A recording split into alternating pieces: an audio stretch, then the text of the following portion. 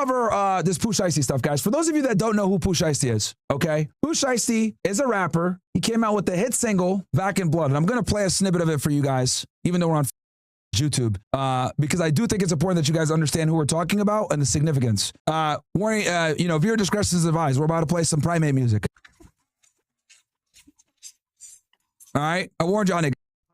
Got my own fight, don't need security in the club. All they wolfing on the net, I thought you was a thug. And I ain't got nowhere to go. I shot up everywhere they was. You know. Now, if you guys can see here, right? Dirk is in the video. Obviously, this, I think, was like Pooh Shiesty's first big single, right? This was playing everywhere, right? Literally playing everywhere. Matter of fact, this song was so popular, right? I would use this song as a barometer, okay? Hear me out, ninjas. Hear me out. As a fried chicken connoisseur expert, right? Literally, I'm an expert at identifying these types of people. One of the things I would often use if I ever went out to some type of club or something like that, right? So you guys remember when we first started out Fresh and Fit, sometimes I get dragged to these clubs with Fresh, right? If they played this song in the club, I'm leaving. Myron, why are you racist or some shit? No, I just have common sense. If you're at a nightclub, okay? Let me make this explicitly clear for you guys. If you're at a nightclub and they play this shit, you need to leave, all right? Pro tip, survival tip 101, okay? If this comes on at a nightlife establishment that you're at, you need to leave. All right? Another song, if it comes on, that you need to leave. All my people to chat, you guys know what I'm talking about. Am I right or am I right, bro? Get out. Come on, let's go. Bust up for outside, man. Y'all got three doors. Let's go. Get up. Let's go.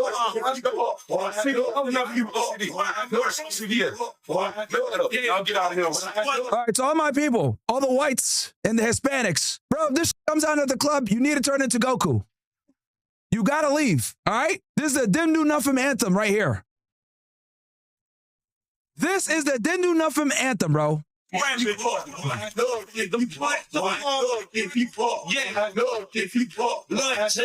can already tell all the people about to clip this say Myron's a racist. Look at this. I already know. Yo, this segment is getting clipped right now as I speak, bro. I can already see the headlines. Former federal agent says that this type of stuff is. He was like, oh. Yo, if you go,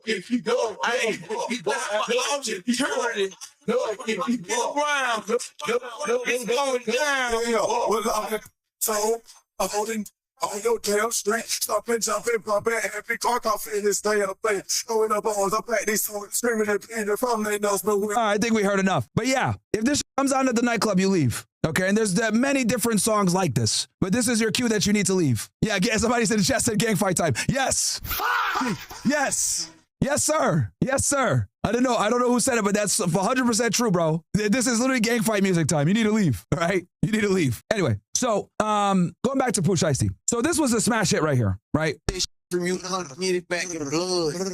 can see appearances from other rappers in here. I'm get it back in blood. You ain't mask up, no Dodger. Okay, you guys always say, like, people say, oh, he got the Shiesty mask? This is the guy that they're talking about, because this music video. Come get it back in blood. You ain't mask up, no Dodger. So when people like say, oh, you got the Shiesty mask on, whatever, they're referring to this. He was the first guy to make this shit popular. Know who it was, store shit like the 80s, want some back, get it in blood. Yeah, I know who took this shit from you, come get it back in blood. I ain't there, you sure no RP show we had. Now, you guys probably don't understand what he just said because of the, heavy Southern accent, right? I'll rewind it for you guys real quick. Because this quote right here perfectly encapsulates who this is. You come shit like in blood. Killer ain't there, you sure no RP show we. Basically, what he said was, if your killer is not dead, you should not wear a RIP shirt. So in other words, if someone one of your homies, you better not wear a rest in peace shirt until you go kill him. Clever line, very clever line. However, I think that gives you guys quite a bit of psyche into the type of individual we're dealing with here, okay? Someone said Myron's translating the hey, bro, I'm trying. I know we got a lot of people here that aren't familiar with this, so I gotta translate the ebonics a bit. Clever line, but as you guys can see, not really productive for society, okay? Now, during this song, both of them made statements that are kind of questionable, okay? One of them, because we talk about self-snitching a lot, right? I wish he would come.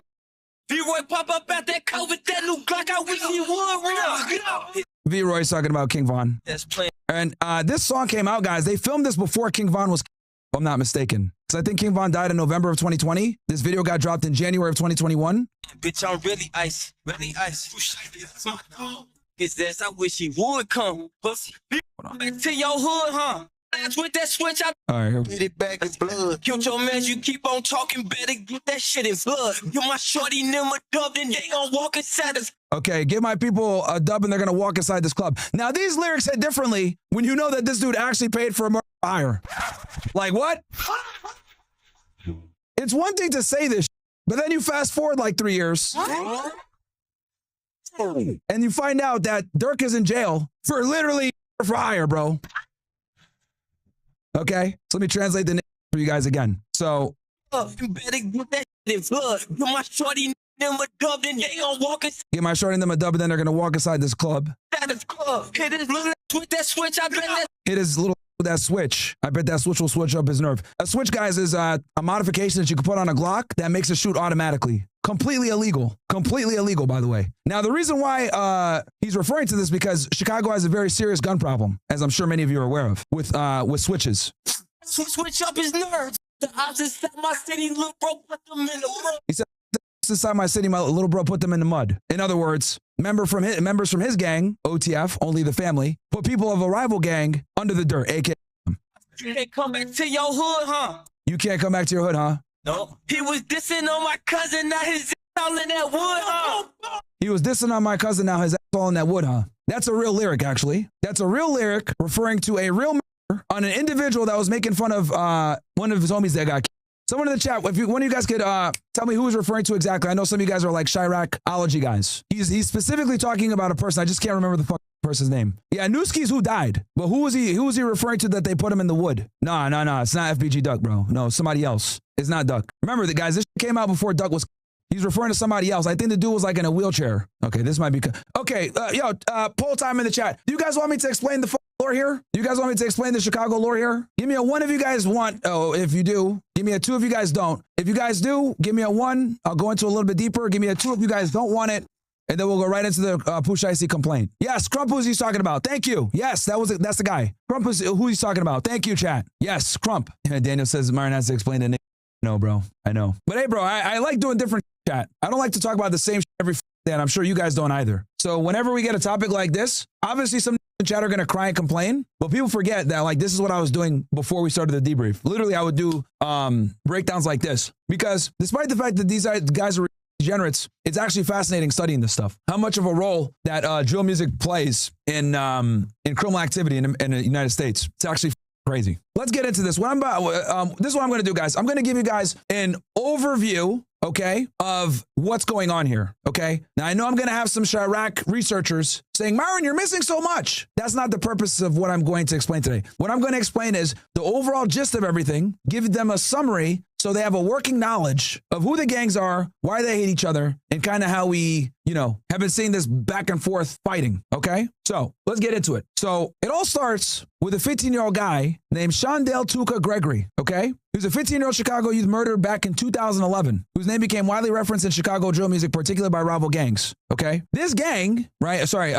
guy Tuka was a member of what's called the Flyboy Gang, or FBG, okay? These guys are gangster disciples. This gang right here, okay? A gang notorious out of Chicago. Stay with me here, because this is gonna try to make this as simple as possible. So the gangster disciples have a stronghold in Chicago. It was where it's discovered, right? Larry Hoover is the founder. Now, within the GDs, gangster disciples, there's different sets. One of these sets was the FBG, or Flyboy Gang. It's a disciple set, all right? And they have beef with O Block, okay? This is Chief Keef's people. There's many different sets within that too, but to keep things very simple for you guys so you know who the hell I'm talking about. They have issues with Chief Keef. Now, one of Chief Keef's earlier songs here that kind of illustrate this. Them niggas be trouble. They take your ass down. Shit, we need them bricks or something. Keep this shit 100. I keep this shit. Bitch, I'm leaning like guns. Bitch, I'm 300. All right, perfect. That's what I want to show you guys. So we can't talk about this unless we're going to talk about Chief Keef, right? All right. Chief Keef, for those of you that don't know, is a very popular drill rapper out of Chicago. Some people might argue and say that he was like the father of drill rap, whatever, okay? And for those that don't know, I know we got a lot of people that aren't aware of this shit. Drill music is basically a genre of rap, which really, how do I say this? It's basically music, bro. It's gangbanger murder music. That's what the fuck it is. It started out in Chicago. It spread out to other places, spread into New York, spread into Memphis, right? But Chief Keef was kind of the face of this. Now, in this, one of his earlier music videos, okay, if you guys listen closely. I'm high, I'm smoking ganja. Okay, the Tuka Gang 300. 300 is a disciple set, okay? Now, what you guys are going to realize in all of this this fighting is that this guy Tuka gets brought up often because he was one of the first main casualties in the Chicago war, gang war. So you're often going to hear people like King Von, Chief Keef, Durk say, we smoke in that Tuka pack, which is a disrespectful phrase saying your friend is dead and we're going to smoke him. Why they say that, I don't know. I'm just explaining to you guys the okay? It originally started out as a term of endearment. We're smoking our brother's pack. And then people like Chief Keef and King Von twisted it and turned it into a disrespectful phrase. God. And now, when you say you're smoking on somebody, it's an extremely disrespectful way to insult the dead, okay? So this guy Tuka was at a bus stop, okay, back in 2011. And when he got at this bus stop, rivals of his, Chief Keef, King Von, Durk, whatever, have been insulting him for years. If you guys don't believe me, here is every time King Von diss Tuka. Tuka, man, smoking like Angel does. I'm tired of smelling Tuka in Lamar, and I'm tired of scratch. He don't roll a Tuka and leave. He do. Where I'm from, we smoking him. That Tuka man be choking him. Oh, my nigga smoke Tuka. Tuka in the ass stink. Knock on wood, blame me up for wood. Tuka smelling good. Smelly, all of Tuka gone.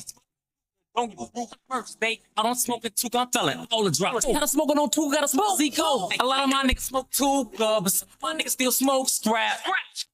In my lungs, I say that every time cause he got smoke. This that Tuka, this that dope. I'm smoking Tuka, I miss it with streets. Tuka was playing great, so he got bad. Tuka in the air, cause somebody passed him down. This that shit that had you choking and got Tuka. Don't say my heart, it's that deep. So as you guys can see here, I think King Von didn't like this Tuka guy too much, right? Bro, this is him in every single song, right? Now, obviously, this really off the Gangster Disciples FBG guys. So FBG Duck went and made one of the most disrespectful songs I've heard in my life or seen in my life called Dead, okay? In response to Chief Keef and all these guys talking about Tuka and members from his gang, FBG, he made a song called Dead.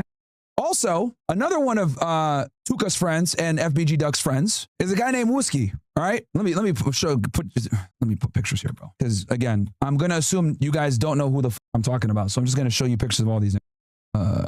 Bear with me. I know some of you guys know this stuff, but a lot of people don't. So I'm gonna explain this at a remedial level. So even someone that has no idea what the I'm talking about will know what I'm talking about. Who else? So for simplicity purposes, so you guys understand what I'm talking about here, okay? Durk, Von, Chief Keef, right? They're not necessarily in the same gang, but they are in sets that hate Flyboys, aka Gangster Disciples, because Chief Keef, Little Durk, and Von are what's called disciples, okay? Disciples used to be members within the Gangster Disciples, but they split off and created their own thing, and there's been, beef ever since, for lack of a better way of explaining this. I know the Chirac theologians are going to say, Myron, what, you're simplifying this too much. Bro, okay, this ain't a Chirac documentary. This is me just explaining because it's a normal person. So for simplicity purposes, Chief Keef, King Von, and Durk are essentially disciples, and they are warring with Gangster Disciples. Gangs like 300, OTF, etc. are sets within the disciples, and they war against Flyboy Gang or Clout Boys, whatever the it is, FBG, and they're Gangster Disciples. So over the past 10 plus years, they have been sending diss songs at each other, insulting each other, and they shoot each other in Chicago, okay? This is a hatred that goes back many, many years. It's violence that pretty much can't stop because one of their friends gets killed, they mock and make fun of that person that was killed. They come back, they kill one of their people, then they mock and make fun of the person that they killed, and it's a never-ending cycle of violence. Give me ones in the chat if that all makes sense for you guys now. Give me ones if this all makes sense now. You understand what a black disciple is, what a gangster disciple is, you understand who's involved in what. Yeah, someone said us whites need a translation. I know. That's why I'm going through this. That's why I'm going through this. All right, cool. All right. So now that you guys understand that, this guy, right, in response to all the rappers that constantly make fun of his friend Tuka, this guy, FBG Duck and this guy Wooski made very aggressive and disrespectful songs because all their lyrics are pretty much true. I'll show you what I mean. So this one was really bad. You should know you bro. We get white boys. And the name of the song is called Dead. You know? Gang gangsters party try all that shit. They're like, yeah, so let me get that wood, bro. I said, kick on. If we ever said it's up there, I swear to God, we mean it. We already in. When they say it's up, that means like basically we're gonna. Since 12, we've been demons. He said we've been since 12. We've been demons, and he's not lying there, guys. These guys are kids. They've been fighting each other since they were kids. All right, each other since they were teenagers. Ever since I signed the deal, all these on my. Boy, you ain't gonna squeeze you around for no reason. What block you from? Let us know so we can spin it. Mason. Spinning the block basically means looking for opposition, trying to kill them. So you look for them, you might see them, spin the block, go back again, get them, shoot them, kill them. That's what that means. I go legend. That was just about business. Said I want to go diss the dead, and okay, I did it. Said I'm not gonna diss the dead. But T-Roy and OD them. Okay, these are real people that were actually killed. He said T-Roy and who was the other guy? Okay, I did it. But T-Roy and OD them dead. Okay, T-Roy and OD. Now, those are real people that were murdered. Those are real people that got murdered. And I won't play the whole song, but I think you guys get the point here. And throughout this song, what he does is he intimately describes how a lot of them were killed. Now, it's not bad enough that he's making fun of people that were violently murdered. He's also bringing up how they were specifically, okay? Let me see here if I could put, there was one here that was really bad. Oh, here we go. Was hitting him, he was singing like, there we go. Yeah, they never shot in your game way. I know you heard about Lil Boo. Yeah, he said, I know you heard about Lil Boo. They left the by tire. Bullets was hitting him, he was singing like Mariah. Bullets were hitting him and he was singing like Mariah. Demon. So it's not bad enough that they're dissing the dead. They're explicitly stating how that individual died, okay? I'll show you another artist from the Gangster Disciple side from FBG, a guy named Whiskey. This song actually almost got him killed because this song right here got FBG Duck killed. If you guys remember, FBG Duck was in, he was, I think, over like the Gold Coast, they call it, like a very fancy shopping area, like 2 or 3 years ago. And in broad daylight, they hopped out the car and shot and killed him. A big reason why they hopped out and killed him, and these were King Von's people, by the way, was because of this song. Let me show you guys what I'm talking about real quick.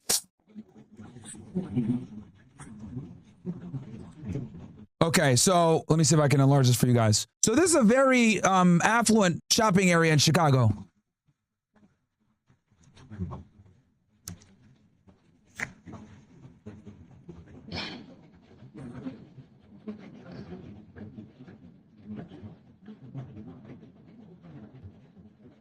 You know, let me try to get a better version for you guys. Because this was actually crazy that they did this, by the way. Okay, so here's the people that were going to kill FBG Duck leaving O Block, okay?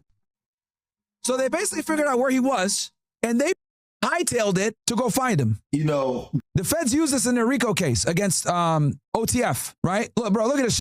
You coming and going. They can see inside your home. This function is profitable for everybody else. I told you of everything that you... So they got the CCTV footage of them rushing. Thing on when you that control checkmate is over. And they tracked them all the way driving north, right? Bro, they got these on camera the whole way, bro.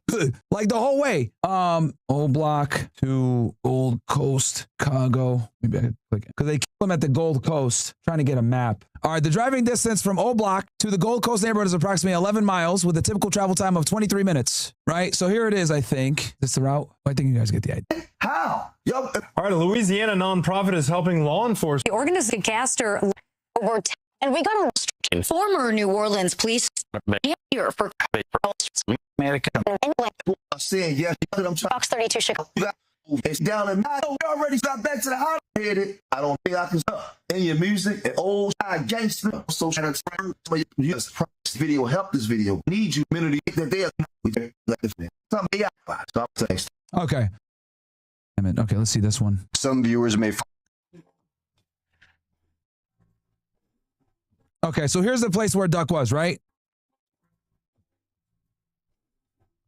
You guys can see they're running right up on him in the daylight. Let me make this bigger for you guys so you guys can see everything. Let me get myself out the way. So I think this is Duck. These are the assailants. So they got hoodies on. Mind you guys, this was like in August when they did this. Hot as hell. So they come out, multiple gunmen. Here's Duck right here, getting shot at. Broad daylight, okay? Broad daylight in one of the fanciest neighborhoods in Chicago. Look at that. What, we got 1, 2, 3, 4 different assailants, it looks like, or 3 or 4. So they shoot him right there, and they run back.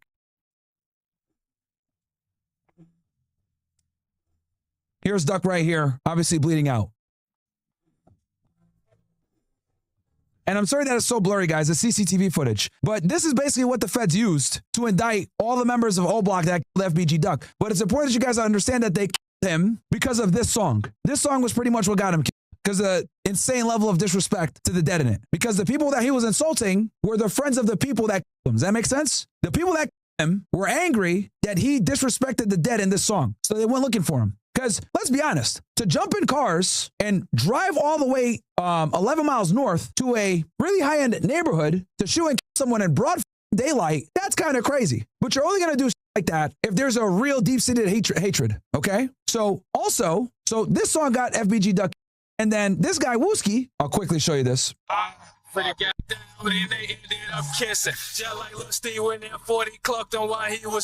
Okay, Lil Steve got clucked while he was. He's basically saying, oh yeah, we killed this dude while he was pissed. It's 2-2 gang, bitch, we the mother. Okay, he said, it's Tuka gang, we're the opposition. Remember, guys, I told you guys, FBG Duck, FBG Wooski, these guys are all friends of Tuka. Fucking opposition. Clucked him while he was pissing. It's 2-2 gang, bitch, we the motherfucking opposition. I'm so BDK, CPDK, NTYMBK. Okay, all those Ks are different gangs that he hates. Anytime you end it with a K, GDK, right? BDK. So if you're a disciple, right, you're going to say GDK, I'm a gangster disciple killer. If you're a gangster disciple, you're going to say you're a BDK, you're a disciple killer. So for simplicity purposes, guys, anytime you see a K, that is the opposition gang, okay, in the acronym. Boy, fuck, bitch, we from Street K and we press CDK. He said, O Block. I'm smoking big, trying to catch Dirk. I'm smoking big, trying to catch Dirk on E-Day. Obviously making fun of one of Dirk's friends. Sturdy spray you down new skiway. I'ma show these niggas how we play outside the way he stay. Popped out that car, we fucked him up. All he got was a 3-way. I'm leaning up this blood money. I can't even see straight. 400. There you can see, here's FBG Duck right here in the music video. That's why he lay. I left him looking like these things for reaching for my chain. Bullets rain, I let it bang. That shit run in my veins. This key to let us run over and for no ran the train. They know my name was understood and it gon' be explained. Boy, took a bill with shoot. Okay, look at this. They know my name was understood and it gon' be explained. Boy, okay, probably wondering what the fuck is going on here. He's doing something called throwing up the rakes, okay? And throwing up the rakes, guys. So the Gangster Disciples, this is like their emblem, right? As you can see, there's 2 different rakes or pitchforks. So when they do this like this, it's emulating the fork, right? The pitchfork almost. So up like this means GD up, okay? Now, if you don't like the GDs, right? If you're like King Von or some shit, you do this, right? This means rakes down. So if you look at like a King Von video or any of these, disciple guys, they're going to do this, which is basically dropping the rakes because they're saying, oh, we're going to kill these guys. Folks down, exactly. Someone said, because gangster disciples can refer to each other as folks, okay? So you do this is disrespectful. This is going to get you killed. And then this is rakes up, rakes down. I'm a GD member, boom, rakes up. I hate the GDs, rake down. So that's what he's doing in this music video right here. Hold on, let me see. Yo, this is like a plethora of evidence, by the way, chat. Like when I watch this, like with my Fed hat on, like you could get so much information from these music videos, bro. Like, if you know what that means, if you know what you're looking at, right? So he's throwing the rakes up. Okay, he should Tukaville, it shoots a. Boy, my name was understood and it gon' be explained. Boy, Tukaville is shooting. Boy, this super real. Tukaville shoots a. This is super real. Again, avenging the death of their, I guess for lack of a better term, fallen comrade, because we can say that, chat, even though they're not really a military. Bell out on the winter, Draco and watch what this shit spill. They terrified niggas telling on me, so I'ma chill. Phone stood over J Money and put 4 in his grill. Okay, that's very disrespectful. So he said Fonum stood over J Money and put 4 in his grill. Fonum is it's a phrase, right, that they use in Chicago to, you know, like that dude, right? That dude, Fonum. That's what he's talking about. So he's saying that dude, who's a folk, who's a gangster disciple, stood over J Money's face and shot him 4 in his grill. He's referring to a murder that happened where a guy from the BDs named J Money was executed at close range. That's what he's referring to. So this was an actual murder. He actually did die in that way. I'll rewind that for you guys so you know what I'm talking about again. Draco and watch what this shit spill. They terrified niggas telling on me, so I'ma chill. Fonum stood over him and put 4 in his grill. For real, not gonna ask Lil Boo how shit feel. Someone else that died. HK got caught trying to pump fake and 4 got on his heels. HK got caught trying to pump fake and they were on his heels. So every time they're on O Block, they're looking for somebody and someone's gonna die. Won't LA me in the studio, boy, keep the steel. He's referring to a guy named LA Capone. LA Capone was affiliated with Chief, Keef, and all these guys. And he was at a music studio. He was at a studio recording music. And when he walked outside, they killed him. So as you guys can see here, he's actually using real crimes and outlining how they were murdered. Because whether it be him or someone he knows in his gang, them. I wish I could tell you guys that these lyrics were fiction, but they're not. They're not fiction. So this is why there's been this eternal gang war in Chicago, right? And I can't really explain. That's why I have to show you guys music clips and shit like that. It's one thing, right? It's already bad enough if you've ever lost someone that you love, right? It's already bad enough if like a friend gets killed or whatever. Like if they die of natural causes, you're going to be sad. But imagine your best friend gets murdered in cold blood, and then the people that him make a song insulting your dead friend, and on top of that they insult him and they make fun of how he died and how he suffered in his last moments. And not only do they do that, they explain it in explicit details. Like imagine that your best friend is killed by people, those people go and make a song making fun of his last moments on earth, or your brother or your cousin. What are you gonna do? We're gonna go after them. So when you saw those guys jump out the car in the Gold Coast in Chicago in broad daylight with hoodies over their heads to literally FBG Duck, this is what's in their mind. You, my friends, you bragged about it. You spoke about how you did it in excruciating detail, reopening wounds. We're going to make you feel the same pain. So this, my friends, is why this gang war in Chicago has been going on for so long. This is why it's going to be near impossible to stop it. It's a cycle of endless violence because the music reinforces and brings back and opens up old wounds. And this is something that's like relatively new, chat. Tupac and Biggie and all this other like these other rap beats before this is all child's play compared to this new era, right? It used to be you would describe how you're going to your opposition, right, in a hypothetical. Nothing about this is hypothetical. He's actually describing people dying for real and how they died. Like this guy walking out of a music studio while recording and getting killed after, right? Now, as I told you guys before, FBG Doug got killed for the dead. This guy Wooski, after releasing this song, one of his friends got killed, okay? And he attended a funeral. At the funeral, King Von, right, and other members of OTF drove by the funeral and they shot it up, bro. Wooski survived, this guy right here, but he has permanent brain damage. Look at this. And after they did that to him, King Von, of course, made sure to make a song about it. They said King Von wasn't there. Well, that's debatable. About like a ghost, like a summer street nigga at your funeral. I might. Okay. So again, remember. So Wooski made fun of his dead friends, right? Ain't trying to squash no beef, nigga. No beef. We into it till you die. Real street nigga. We into it until you die. Real street. At your funeral, I might. At your funeral. Slide. Rest in peace, nigga. At your funeral, I might just slide. Rest in peace.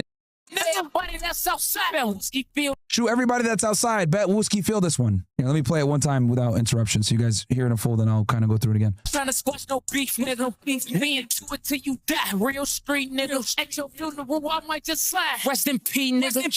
Everybody that's outside, Wooski feel this one. Bet Wooski still twitching. He changed something different. Got clips like Mel Gibson. Okay. Trying to squash no beef, nigga. No beef. We into it till you die. Real street nigga. So we into it till you die. Real street. At your funeral, I might just slide. Rest in He said they're going to slide at your funeral. Slide, guys, is a slang term for we're going to come and shoot you, basically. We're going to come, we're going to slide. We're going to get revenge. peace, nigga. Shoot up everybody that's Shoot up everybody that's outside. Bet Wooski feel this. Bet Wooski feel this one. Wooski actually was shot and got brain damage, permanent brain damage. He survived, but had serious brain damage after. Bet Wooski still twitching. He said, I bet Wooski's still twitching, which he actually is. He changed something different. He said he changed something different. Yeah, he's not the same. He's not in a veg state, but he's definitely not the same. Got clips like Mel Gibson. So once again, taking a real life crime that actually happened and putting it into the music. Okay, give me ones in the chat if you now understand Chicago gang politics. Again, this is not in no way a complete, exhaustive Chicago lore episode, but I do think it's important that you guys understand the type of culture and the type of individuals that we're dealing with. We're dealing with individuals that confess to crimes via lyrics. Someone said I don't understand. That's why I translate everything, bro. I've been translating the for you guys. All right. So anyway, and it's also important that you guys understand that they use these lyrics a lot of the times to identify co-conspirators, to identify crimes, to identify, other things that might be missing. So just like I'm listening to this stuff, rewinding it, this is what the feds were doing to build their cases. This is why a bunch of King Von's friends got arrested for killing FBG Duck. They were monitoring everything. Okay, cool. Now when it comes to Pooh Shiesty, right? Pooh Shiesty obviously is an ally of Lil Durk, who's involved in all this Chicago stuff. And Durk obviously is right now as we speak, he is currently facing federal charges for hire, right? And obviously Pooh Shiesty is one of his guys. Now I do think it's important and pertinent that I tell you guys that Pooh Shiesty just got out of prison. Yes, you heard that right, chat. Bro literally just got out of prison, okay? And not only did he get out of prison recently, he got out of prison for the same shit he did before, bro. Okay? So, guys, we're going to get off of YouTube. We're going to go to Kick Only, okay? We're going to go to Kick Only so I don't got to censor myself. So come on over to Kick, guys. I'm going to end the YouTube stream so I don't have to censor myself and, be so cautious with playing music and shit. Because the music is an active part of this thing. I'm really trying to get you guys immersed in this so you understand what I'm talking about. It's one thing for me to explain to you guys and be boring and be like, oh, well, this happened and this happened. No, you guys need to hear the music yourself to really understand the gravity of what the is going on here. Okay. All right. So let's go over to Kick, guys. I'm getting the off YouTube for obvious reasons. So come on over. Guys, go ahead and give me drop the Kick link for these guys, please. We're going to make that switch. I already gave you almost 2 hours on YouTube. Worst platform ever. So we're going to go through the complaint. We're going to cover this case with Pooh Shiesty. But now you guys understand what drill music is, what drill culture is like, because there's something very similar in Memphis as well. This gang culture is also in Memphis. Come on over, guys. Switch on over. Let me read chats while I do this. Dr. Six, subscribe. Welcome, dude. Both parties are... I don't know if you're into Daryl Cooper's Enemy, the Germans war, but he just dropped the 2-hour heat. OSS, how did Random Bane acquire bazooka? E-Dog says, did you see Tommy Sotomayor interview Duck's mom after his death? It's a wild interview. His mom worse than him. She f***ed the ops and did some crazy shit. She admitted that to Tommy. I believe it. Get out of kickboxing. Myron is listening to trap music. It's a good night. Get out of kickboxing. Myron is listening. Oh, okay. I see what you're saying. I took your advice and posted a more long form on my clips channel, but I'm still posting lots of shorts. Is this better? Yeah, shorts and clips together is good. Who do you think is more ruthless, Jacksonville, Drill, or Chicago? I would say Chicago. St. Francis, they killed FBG Duck in Gold Coast, which is affluent area in Chicago. Exactly. Hispanic gangbanging music has more talent and truth than the Chief Keef retards. Okay. Myron, where can you find these gangster tracks? Just look it up. The Clan Jim Crow says, why do these get into gangs and shoot each other like... Well, dude, it's the part of their culture. Myron, I'm a trade security guard living in LA. Would you consider hiring me for Riverside? Fully available. The thing is I don't think I could bring my own security. Like formally. Emac James, can you do more of these gang-related drill breakdowns often, or maybe on Sundays if you don't have time, anything from Fed Reacts? I could do it if you guys want it. I see a lot of in the chat though, but I'll just run a poll for you guys. I like it because it switches up the content, and I hate talking about the same topic all the time. I put a poll on Kick. Let me know what you guys think. Go ahead and vote in there for me. I'm glad you like it though. Okay. Myron, got into an argument about the Fresh Fit podcast at work. Someone was trying to tell me that the red pill on Fresh Fit PC was and y'all hate women, and that these girls you bring are only there for a paycheck. That audacity to drop the names and reach to tell me them boys. Yeah, your friend's an idiot. Pooh Shiesty is my dog, but Pooh, you know I'm really shiesty. Exactly. Bro, these OSS chat are, and the memes are wild. Manny Powers, when wood is referred to in the song, it means backwood, and backwood is used to roll up weed and make weed. It's used to disrespect their ops. Yes. And when he said we put him in that wood, also a coffin. Farm, it has a dual meaning. Farm Fatale, basically anything Silk the Shotgun Project Pat. Okay. New Renaissance Professor Myron, PhD in Nick Theory. Bro, I'm telling you, bro. Hit Ack. This is his lane. Yeah, I can. Yo, Myron, in the 22 years I worked in the strip clubs, would instantly fire a DJ for playing that song. All the 304s used to think I was the biggest aura of all time, but they didn't have to break the heads when the chimps would flip out. Yeah. Yeah, there you go, Joe. So when they played those songs, you would tell them to stop. See, that's how you know, bro. This is so funny. When do we ever see a rap reaction? If they're playing real young OG or RMC, you need to leave. Exactly. Myron, you're right about them anthems and academics still on if you want to link up. Okay. Do you think Charlie Kirk would have been the president in the future? I don't know. Old school ATL music video from Mr. Bean. Yep. Chi on you. Play Lil Jon. No, bro. Don't forget Finito by Chief Keef. OSS says, yo, man, I remember that one Castle Club night when you and the crew were live bumping Pooh Shiesty. Yeah. Racism equal with the realist. Exactly. Jay Pest, I used to watch PVD podcasts weekly for 6 years. Now I subscribe with them and join the OSS one-stop channel for all news. Thank you, sir. Got you, Jay Pest. I try to be diversified, bro. Yes, sir. We should be live in a few days. Guys, keep voting on Kick, by the way. Do you guys want me to do more of these hip-hop criminal cases? If you guys do, I can. Turn up YC. Myron Trump don't give a shit. Behind the scenes at the election. Gorilla Fear, I'm a regular job at the moment, but I've learned high income, high value skill thanks to you. UC Riverside has been confirmed for the 7th. We're pretty much 90% of the way. All right, guys, I'm ending the YouTube stream now. YouTube stream's going down. Come on over to Kick. We still got 1,400 of you guys. You need to move over, you lazy. Come on over. I'm actually going to turn off the YouTube stream right now. Pinning it. YouTube stream going down now. Perfect. We're off of YouTube now. Let's go. All right. Now I can say what I want to say. Okay, so I'm caught up here. Dr. Six, I used to be a subscriber. Can't believe I was watching anywhere other than OSS. And if you need somebody to help, WBNN comes at, let a cracker know. All right, Dr. Sticks. Starkman, Amar, not sure if you knew this or not, but here's a little more information on the hypocrisy of it. A former Waffen SS officer named Otto Korzeni, who was known as the most dangerous man in Europe, used to be an advisor for Nasser's government. He was then contacted and recruited by none other than the Mossad. The purpose was to gain inside information on the German scientists working for Egypt. Yeah, I know that. Would adding gang members to the YBN solve gang violence? Probably. Going to listen to this music and being around it, you explained it perfectly. Thank you, Dominicano. Appreciate that. Dr. Sticks, subscribe. Shout out to you. Both parties are... Okay, we're caught up with that. All right, I think we are caught up with most of the chats right now. And let me give a shout out. Jay Murillo, thank you for the 10 gifted subs. Razlox with the big 25 gifted. Razlox, I really appreciate you. I was in the middle of explaining something, so I couldn't acknowledge it right then and there because I would have lost my track of mind. But thank you so much for those gifted subs, Razlox. Chill Bill, thank you for the gifted sub as well. Walk87, thank you. Unforgiven, Myron Unfiltered, shout out to all you guys. D. Sally, thank you guys so much for the gifted sub. I really appreciate y'all. No, normally I try to acknowledge you guys right when the thing comes in, but obviously, as you guys know, I was in the middle of like explaining that and I didn't want to lose my train of thought. I knew if I stopped, I would lose my train of thought. So shout out to you ninjas. Okay, now that we don't got to worry about YouTube anymore, let me show you guys how Pooh Shiesty already got in trouble for this before. So, all right, so look, that's that slime green McLaren that said it. So this is the first time he went to jail. Okay, chat. So why the does this? These. Why the do you got this big ass in the way? Okay, here we go. The town of Bay Harbor. Because more than likely, they're going to have everything on camera. Now, during a press release for his record label with Atlantic Records, Pooh Shiesty quoted saying this. He says, these hip hop commentary. Okay, here we go. So this is the robbery that the first time Pooh Shiesty got arrested for this shit. Okay. Okay, Draco got my name all treasure. Drop this song about me, he get found without his pig. So basically what happened was Pooh Shiesty robbed some dudes. I think it was like for sneakers and weed. Yeah, I know what you guys are probably saying in the chat. Like, what? Are you serious? Yes, chat. Yes. Basically, I shot somebody in the ass. He did, actually. He did. Okay. My little cousin, they fake and they'll call it quick. Make me mad enough. So bro showed up in a rented McLaren to purchase, I think, weed and Jordans. And then he robbed the guys of the weed and Jordans. Mind you, he was a rich rapper at this point. He was worth millions. You guys want to know what makes this funnier? I think he did this across the street from a police station. Yeah, you heard that right. I'm almost certain that this was right next to a police station, bro. If I spent through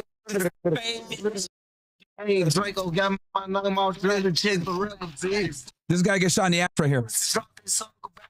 He get found without his pig. For bad by my little cousin, they fake and they'll call it quick. Bruh, hold on. Lontrell Donnell Williams Jr., better known by his stage name Pooh Shiesty, is an American rapper from Memphis, Tennessee. He rose to fame in 2020 from his collaborations with the rappers and other artists within the label of Atlantic Records. He is perhaps best. We're going over the first case, guys, right now. Then we're going to get into the second case. I want to build this up for you guys because we're laying the foundation. Now you guys understand what drill music is. You guys understand how it exists. Now we're going to get into Pooh Shiesty's first arrest. Then we're going to get into the second one. Known for his 2020 single, Back in... Yo, you guys better follow the channel. Guys, real quick, if you guys are enjoying this coverage, a former federal agent breaking down cases like this for you guys and giving you guys an enormous amount of insight, follow the channel on Kick. I'm not kidding around. I tell y'all, man, we're taking over Kick. We are going to be the best all-around commentary channel on this platform. We do it all over here. One day, I can literally break down drill music for you guys in federal cases. Another day, we're talking about the Iran war. Another day, we're covering thoughts and why you can't be a... We're doing true crime. We're doing it all over here. Cultural commentary, debates, most diversified streamer on this.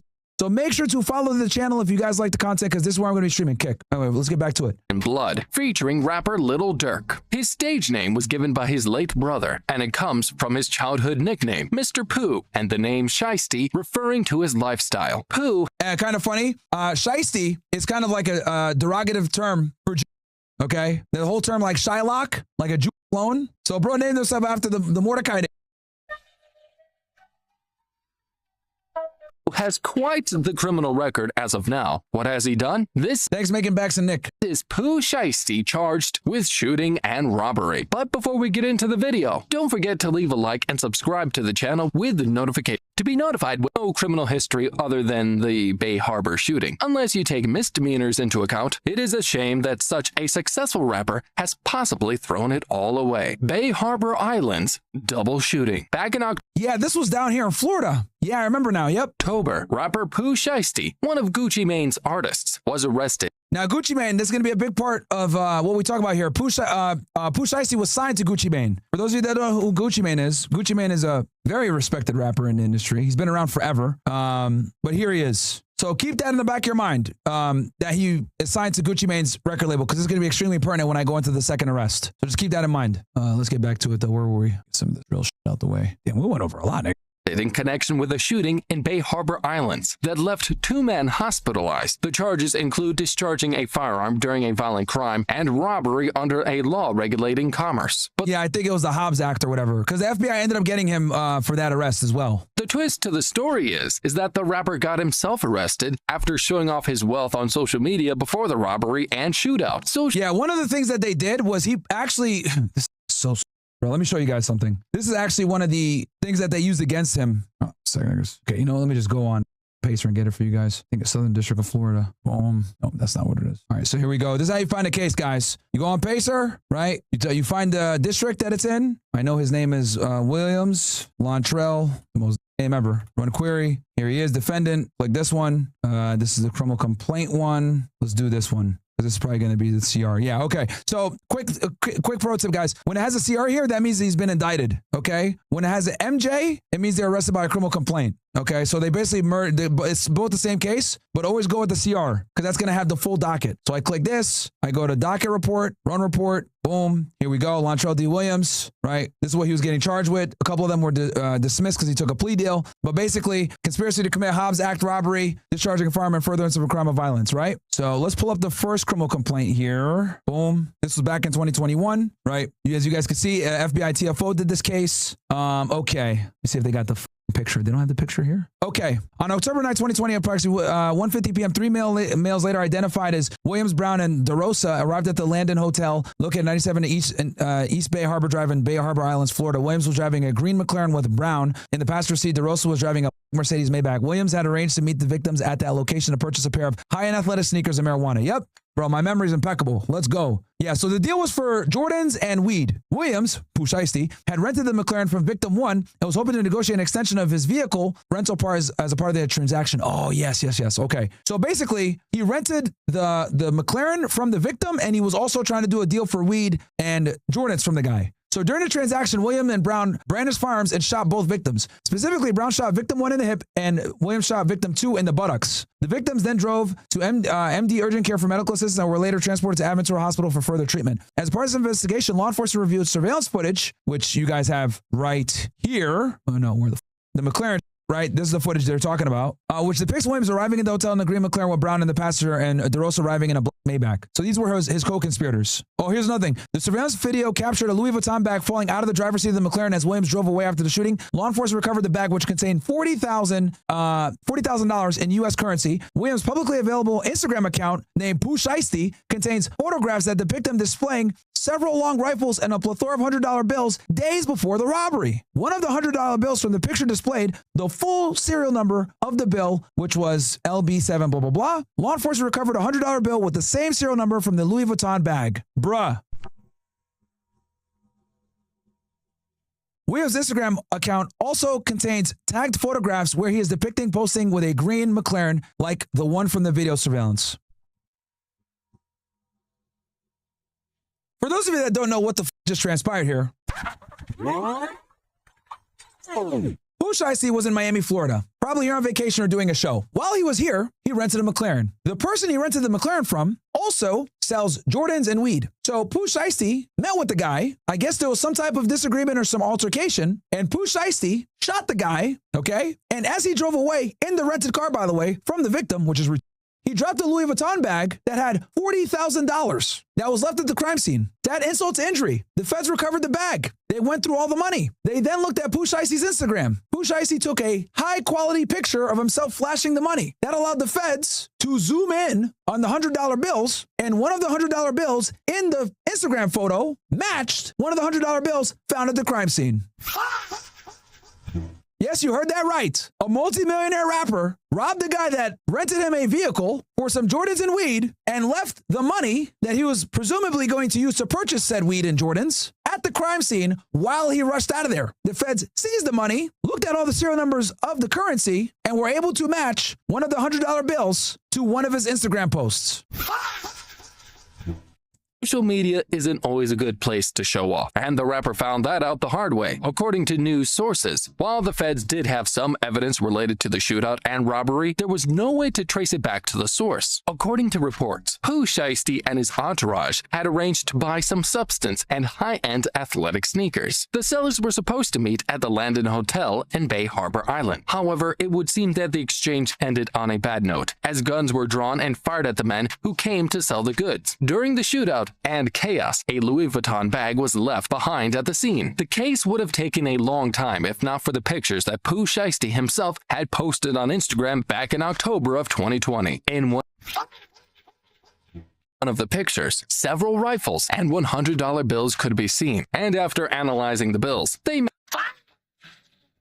matched the serial numbers of one of the bills inside the Louis Vuitton bag. This was proof that law enforcement needed to connect the crime to Pooh Shiesty and subsequently arrest him. Suffice to say, not everything should be posted online, a lesson he won't be forgetting soon. According to the police report, one of the victims said they had met Shiesty at the location to sell the rapper a pair of Air Jordan 4 shoes. Now, the thing that is crazy, for those of you that don't know, Pooh Shiesty has this like gimmick where he fans the money out in his arms. Yeah, I know.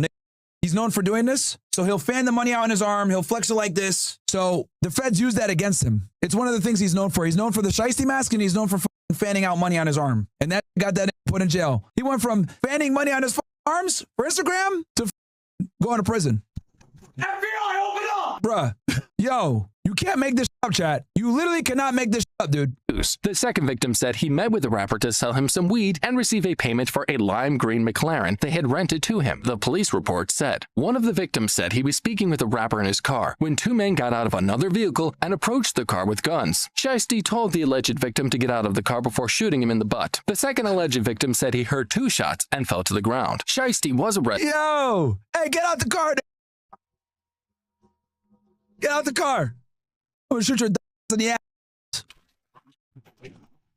arrested and subsequently granted a $30,000 bond and released from Turner Guilford Night Correctional Center in West Miami-Dade a day after his arrest. Based on the new evidence and the severity of the charges, by all accounts, Pooh Shiesty will now be facing federal charges. It goes without saying that the 21-year-old's rap career has come to an unceremonious end. Anyway, who robs people in a green McLaren? That thing screams, "Find me easily." We have been in communication with... Yeah, and the car he shot at the guy that rented him the McLaren is the victim, bro. Like, bro, did you think you were going to get away shooting somebody in the ass that rented you the car? What? With the U.S. Attorney's Office, and we believe they have a federal detainer on him and are likely to file federal charges. Sam Zangani, Williams' defense attorney, said, "That doesn't change our position as to his 100% innocent in both state and federal matters. Williams is being held in federal custody until a hearing on..." Okay, now you guys understand the first case. Now let's get into the second case, chat, okay? Let's now finally get into the second case. A home owned by the family of rapper Pooh Shiesty. This was this morning, chat. The feds confirmed to Fox 13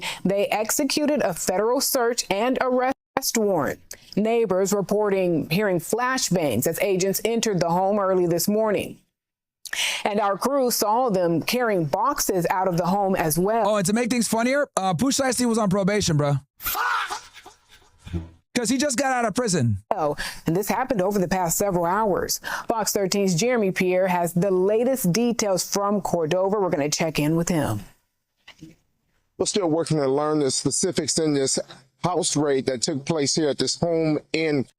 Oh, that's them. That's not me, chat. ...to Lontrell Williams. Now, Lontrell Williams, that is... Yeah, that's a crazy name. Lontrell Williams? ...is the father of Pooh Shiesty, who also has the name Lontrell Williams Jr. Victoria's Secret, appreciate you with the gift of sub.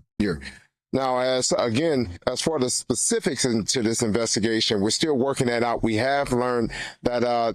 What happens if Gucci doesn't cooperate with the feds? He doesn't have to. They probably have more than enough physical evidence. Myron, the rap drill segment a few months ago was fire. Teach these things about the COVID unemployment come up from LA. Oh, you want me to do that again? I think everybody saw that already, bro. I mean, if they really want me to do it, I guess I can, but yeah, that COVID come up was crazy, bro. That is the worst case of self-snitching next to AR Ab I've ever seen in my life, bro. Oh my God. That's hilarious though. This was an official warrant that was issued for this home, a search warrant for this home. Those FBI agents, TBI agents, came to this neighborhood about 5:30 or so. People. TBI is the Tennessee Bureau of Investigation, guys. That's the state version of the FBI. Who live in this neighborhood told us they heard flashbangs, and they are also heard the shouting from the FBI agents, TBI agents, telling whoever inside of the home to come out with their hands up. Again, this happened about 5:30 or so this morning. Take a listen to what people we spoke to who are very on edge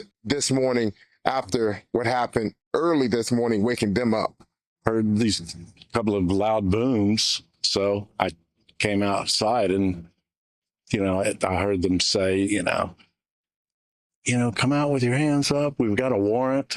Now, again, the FBI confirming that this was an investigation, a raid that took place at this home. Of course, stay with Fox 13. We're going to continue to stay on top of this story for you all throughout the day. The TBI that's in Memphis, everybody know for a fact they don't play no games. And when they come, they coming and they searching every single thing in your crib or in your establishment. Well, also keep in mind, guys, I think he was in the middle of a halfway house. They don't need as much evidence to search your. They probably still got a search warrant anyway, but it's significantly easier if that person is still on probation or whatever. They said that Pooh Shiesty just got raided, and they put it actually on the news, and they showed everybody, and they broke it down to us what they was looking. Hold on, let me fast forward this. Algorithm, y'all. This assassin need to be getting. All right, so let's go through the criminal complaint real quick. Okay, so you guys can see our kidnapping, conspiracy to commit kidnapping. So Brittany Garcia, that ran this case, looks like. Being first duly sworn, hereby disposed state as follows. I'm especially with the FBI and have been so since February 2022. I received formal training for the FBI and have worked alongside various law enforcement agencies that investigate bank robberies, carjackings, and other violent crimes. So she's probably from what's called the Violent Crimes Task Force or Squad. The FBI has different squads. So here's Pooh Shiesty and his dad, right? Lontrell Williams Sr. and Jr. So let's go right into the probable cause. On January 10, 2026, at approximately 4:50 p.m., victims RD, MM, and BP were kidnapped and robbed at gunpoint at a music studio located on Dallas Parkway in Dallas, Texas. And just so you guys know, let's see here, Gucci Mane, what's his real name? Is Roderick Delante Davis. So she didn't pull his full name in there, but you can see here, Roderick Davis. This is RD is Gucci Mane, okay? RD is Gucci Mane. Who Gucci Mane signed Pooh Shiesty. They actually put some bangers out together, just to give you guys a, because these guys used to be buddies.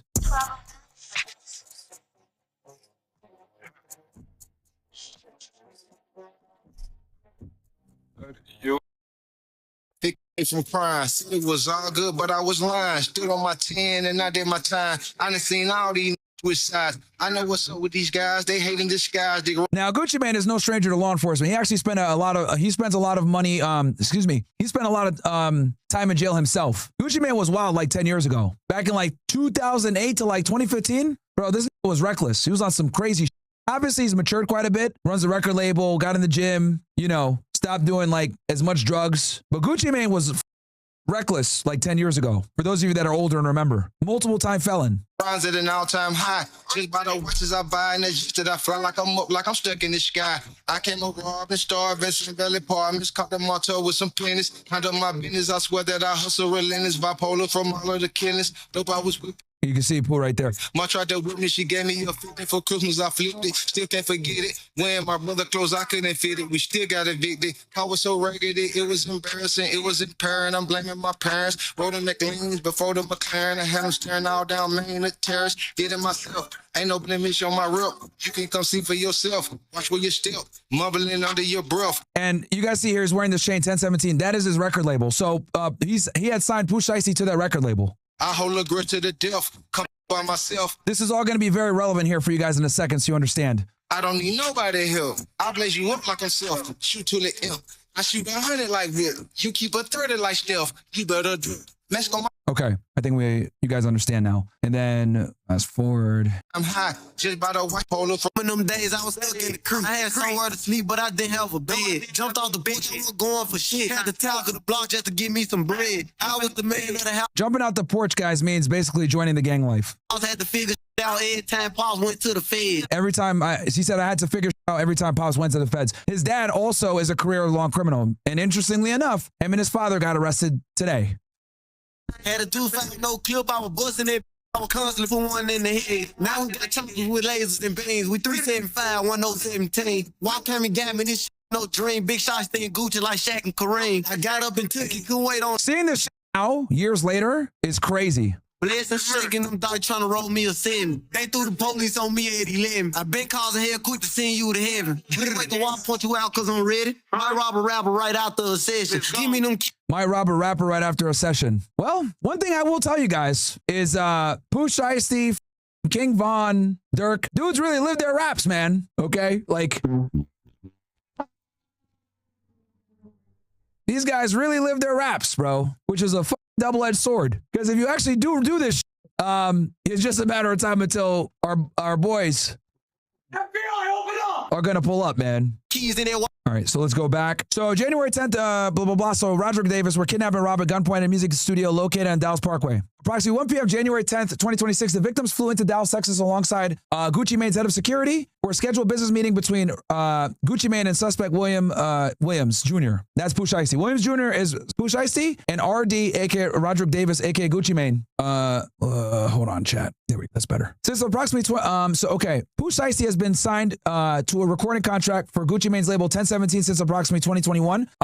Gucci and Williams were scheduled to meet because, and guys, this is the first time I've read this complaint, by the way. I've never read this complaint. You guys are getting it raw right now. So I apologize if you hear anything that's redundant in this complaint that I already said, but I didn't read this first. But at least you guys can see I'm on point. I'm correct here. So yeah, so they've been signed since 2021. They were scheduled to meet because Pooh Shiesty was upset with the terms of his contract and wished to be released from his contractual obligations. Pooh Shiesty asked Gucci to come to Dallas on this day so they can meet about business. At approximately 1:45, CWTD and the victims arrived at the scheduled location at a music recording studio. I'm going to presume CWTD are probably Gucci Mane's people. So they met at the studio located with a larger office building. And when the victims entered the office building, they realized the recording studio owned by an individual herein referred to as JN was closed. While they waited for the studio to open, the five went to a liquor store and purchased liquor and plastic red Solo cups before returning to the studio. They drinking? Pooh Shiesty's father called Jan multiple times on the day of the meeting. At approximately 2:53 p.m., Jan answered the phone and learned that Pooh Shiesty's dad was attempting to book a recording studio that afternoon for Pooh Shiesty and Gucci Mane to record music. At about 3:15, Jan opened the studio for Gucci, etc. So here they are, I guess, waiting outside the studio. At approximately 3:39, an employee of the studio arrived to assist with production. When the employee arrived, Williams Jr. and Williams Sr., Pooh Shiesty and his dad, were standing at the back door of the office building, engaged in what appeared to be an argument over the phone. At approximately 3:43, Pooh and his father entered the east side of the office building. The target suspects walked through the lobby area of the building, of the office building. So basically, Pooh Shiesty and a bunch of his people, Waters, Roger, Gibson, Glover, and McDaniel, so it looks like 5 individuals, walked into the studio. One individual with a dreadlock hairstyle, later identified as Gibson, can be seen on the video exiting the office and shortly thereafter returning with a bag slung over his shoulder, right? So here you can see the 9 individuals entered the studio's control room where inside the victims were watching a football game. CW was positioned in the studio lobby while TD remained in the vehicle. These are Gucci Mane's people. So if you guys see an acronym like this, these are Gucci's people. Depicted below are the photographs of the studio lobby, left, right, and a studio recording room. The victims overheard Williams Jr. talking to his cell phone, potentially with a probation parole officer. Williams is Pooh Shiesty Sr. Jr., stating that his caseworker had given him permission to be out for rec time. From what victims could hear, Pooh was informed that was not the case and he needed to return immediately. Williams agreed. So just so you guys know, Pooh Shiesty, they basically had him like on probation /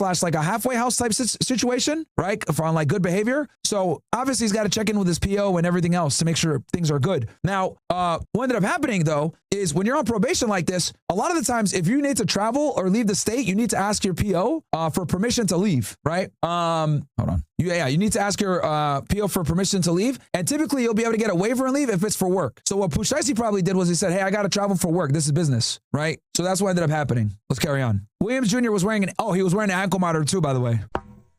I forgot to tell y'all that. Yeah, Pooh Shiesty did a robbery with an ankle monitor on, bro.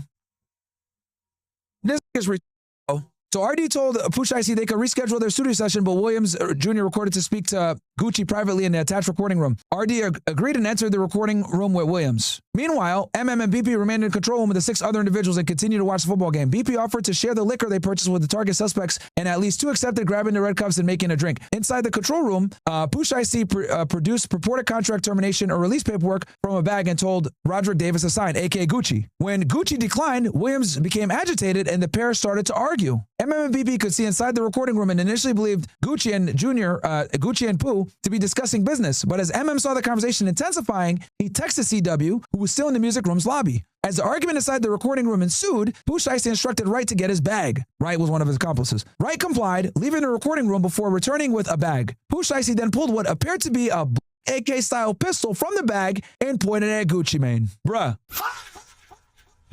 So obviously, Pooh Shiesty's not happy with his contract with 1017. He wants to be released. He tells Gucci, let's talk in private. They go to a side room. He pulls out paperwork saying, I need you to sign this shit so I get released. Gucci refuses. Pooh Shiesty says, go get my bag. Dude brings back the bag. Dude pulls out a AK while wearing a ankle monitor and being a convicted felon. Oh, and it's on camera. Bro, this nigga just got out of prison in October. Waited 3 months and committed another crime immediately. All right, let's keep going. So he pointed at Gucci Mane, demanding that Gucci sign the contract release. Gucci complied, signing the paperwork for Williams while for Pooh Shiesty, while Pooh's father and Wright stood by Gucci, was not allowed to leave. So basically, they cornered this in the room. So get this. Pooh Shiesty's in the room with Gucci Mane and his dad. It's Pooh Shiesty and his dad and one of his homies. Gucci says, I'm not releasing you. He says, oh, really? Pulls out the gun, points it at him, and then he signs the paperwork. As Pooh Shiesty, his father, and one of his homies look on. And Pooh Shiesty had him at gunpoint the whole time.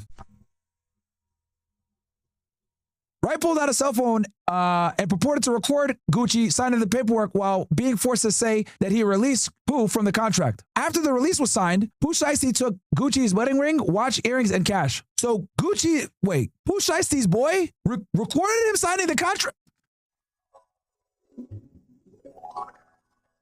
Bro, I had to put my Fed jacket on. Bro, what the is going on, man? I can just picture the Fed just like, yep, here we go. We got him. We got him, boys. Yo, what the heck? Yo, this recorded them robbing him, bro? Yo, are you serious? Bro recorded a felony in 1080p, bro.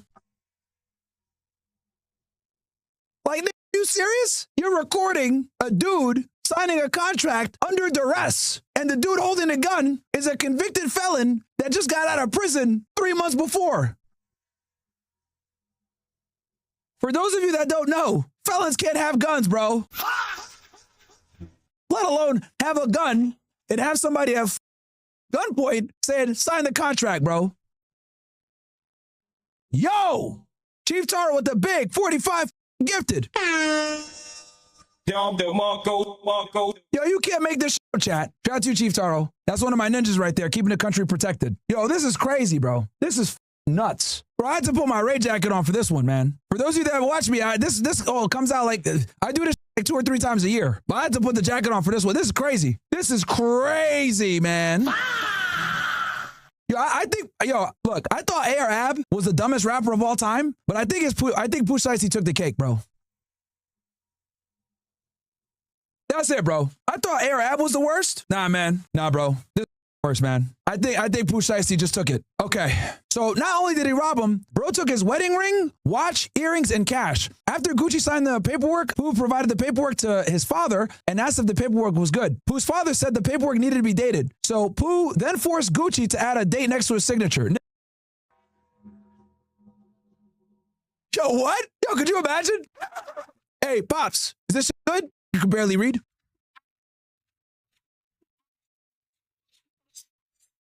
Because keep in mind, his father's been a lifetime criminal too. That nigga probably can't read. So go through it. Hey, tell him to put the date on it.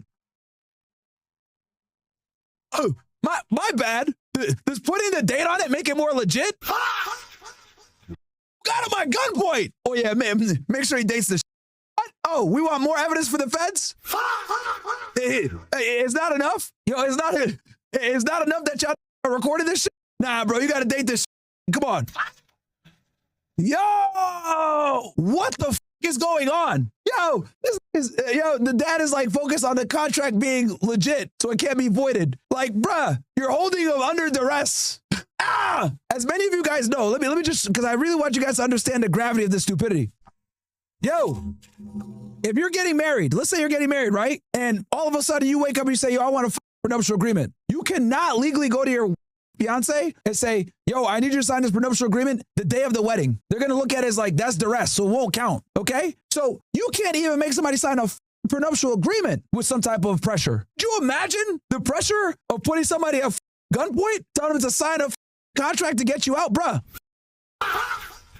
Yo, these been watching too much Suge Knight or some shit. Saw Suge Knight, attack Eazy-E and they say, hey, let's do the same, bruh. Yo, what the f? Mr. Drippy, thank you for the 5 gifted. Chief Taro, thank you for the 45 gifted. I'll give you another Don DeMarco. Jigga Jones, thank you for the 10s gifted. Yes, Junior, thank you for the 1 gifted. Appreciate you, bro. Appreciate y'all. Turn YouTube on for a little bit. Bro, this is crazy, chat. This is crazy. Yo, you guys enjoying the commentary, though? You guys enjoying the commentary? Give me ones in the chat if you guys are enjoying this commentary, bro. You ain't gonna get shit like this nowhere else, bro. You got a former Fed reading this shit, y'all. Cracking jokes and stuff. This crazy. This crazy, bro. I cannot believe what I'm reading right now. I had to put the Fed jacket on for this one. This is nuts. Yeah, we go. Yeah, this is Fed classic fetish. Where we at in the story? Don't worry, I'll recap here in a minute. Bro, okay, let's carry on. So after Gucci signed the paperwork, Pooh Shiesty gave the paperwork to his dad. He asked him if the paperwork was good. His dad said the paperwork needed to be dated. So then Pooh Shiesty told Gucci to add the date next to his signature. As Gucci and Wright exited the recording room, the remaining subjects, all the people in Pooh Shiesty's entourage, produced handguns or AK-style pistols and began to demand property from BP and M. Oh my God, bro. Okay, one of the victims was pushed onto a couch in a control room while an individual known to BP, CMO Danfu and part of Williams Jr.'s crew, later identified as Roger, searched his pockets and stole his wallet and a necklace bearing the moniker 1017 were stolen from his neck, and another subject he knew as Glizzy 375, later identified as McDaniel, during the robbery. McDaniel threatened to shoot BP for moving, but Pooh Shiesty instructed McDaniel not to. Wow. Okay, BP further identified an individual he knew as Baby Slime 375, later identified as Johnson, as being involved in a kidnapping and robbery and during the control room robberies. Johnson possessed a firearm and held BP and others at gunpoint. Both MM and BP identified an individual they knew as KD, later identified as Waters, as also being involved in the kidnapping. Don't worry, I'm going to distill all of this for you guys here in a second. MM was choked from behind to the point of nearly losing consciousness during the... Oh, wow. So one of the people were choked to the point of almost losing consciousness during the kidnapping, and he has scratches on his neck and wrist. MM was robbed of his Rolex watch, a Louis Vuitton bag containing multiple other high-dollar watches, Apple AirPod, headphones, and his wallet at gunpoint by Glover. As the altercation inside the control room ensued, Wright walked over to the studio door to the lobby, closed it, and blocked it with his body, preventing the victims from leaving. CW and TD and the victim's security guards watched Wright barricade the door and attempted to force their way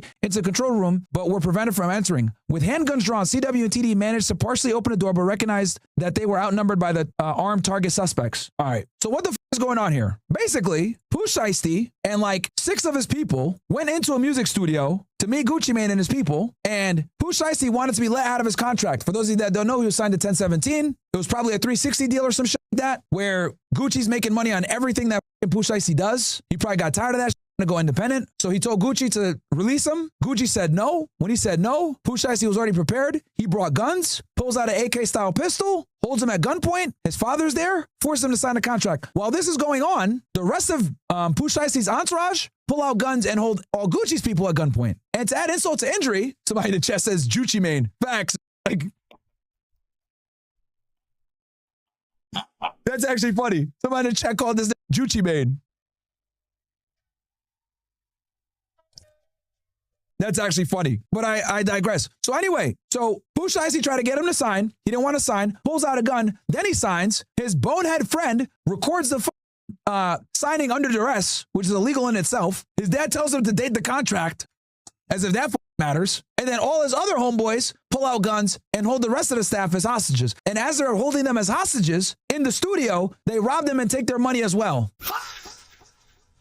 This is crazy. Bro, this is one of the most wild criminal complaints I've ever read in my life, bro. So Gucci Mane was pushed onto the couch in the control room, causing the victims to believe they were going to be executed. Pooh Shiesty placed a barrel of a firearm to the back of BP's head and ordered him and Gucci to leave the control room and the studio through the west entrance of the office building. Gucci then instructed CW and TD to escort them to their vehicle. As the victims left, MM turned to Pooh Shiesty and asked them if they were really taking his watches. Based on later recovered surveillance footage, the target suspects left the studio and office building through the east entrance of approximately 448. So the robbery began at roughly, okay, so they walked in at around 3:45 p.m. on January 10th. That's like when they walked in, and then they were out of there by like an hour later, it looks like. Yeah, 4:48. So they're gone in about an hour. And here's some of the photos. Exterior surveillance videos recovered from a neighboring building showed a white Buick Enclave, a black Dodge Charger Hellcat, and a black Dodge Ram with a distinct roll bar affixed to the bed of the truck traveling northbound shortly after. Bro, it had a Hellcat? Of course they had a fucking Hellcat, bro.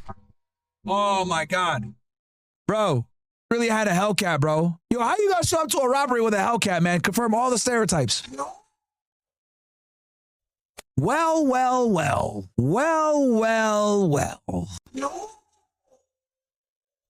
Someone in the chat said, it's probably a loud muffler. Facts. Came in the loudest vehicles, bro. Jigger Jones, thank you so much for the 10 gifted, bro. Thank you. I'm glad you guys are really enjoying this commentary. According to law enforcement databases, Wright's father, also named Rodney Wright, owns a 2020 Dodge Charger Hellcat bearing Tennessee license plate BHB blah blah blah. In particular, 2:18 p.m. on 2:18 p.m. scan on January 10, 2026 captured the Charger falling in close proximity to a black Dodge Ram Arkansas license plate blah blah blah. Dodge Ram appears to have the same distinct roll bar as the Dodge Ram. So basically, leading up to the robbery, they were able to reconstruct all of Pooh Shiesty and his entourage's movements before they got to the studio to rob Gucci Mane. They used license plate readers. LPRs, guys, license plate readers. I remember I used to use this when I was on a job too. A lot of these tolls, a lot of these streets have license plate readers all over the place, and law enforcement has access to that. So they can basically reconstruct the path you took leading up to the crime. right? And it was pretty advanced back when I was an agent in 2020. So I could only imagine how much better it is now. I mean, look, these are pretty high quality stills. So LPR scans, okay, so they got him with the LPR scans. They found out what cars were what. Okay, so right here. So Pooh Shiesty is currently serving a 63-month sentence for a violation of AUC 924, conspiracy to possess firearms in furtherance of violent drug trafficking crimes that he sustained in Southern District of Florida, like we discussed earlier in 2022. According to BOP, he was approved for home detention on or about October 31st, 2025 as a part of his conditions for home detention. Pooh Shiesty agreed not to possess any deadly weapon or knowingly be in the company of a person possessing the same. Pooh Shiesty Jr. is also, Pooh Shiesty is also required to wear an electronic monitoring device monitored by the BOP. Investigators received partial records associated with Pooh Shiesty's electronic monitoring device, including location data from January 9th and January 10th. These records corroborated the information investigators received regarding Pooh Shiesty's movements, including his location at or near the offense location on January 10, 2026. Bro.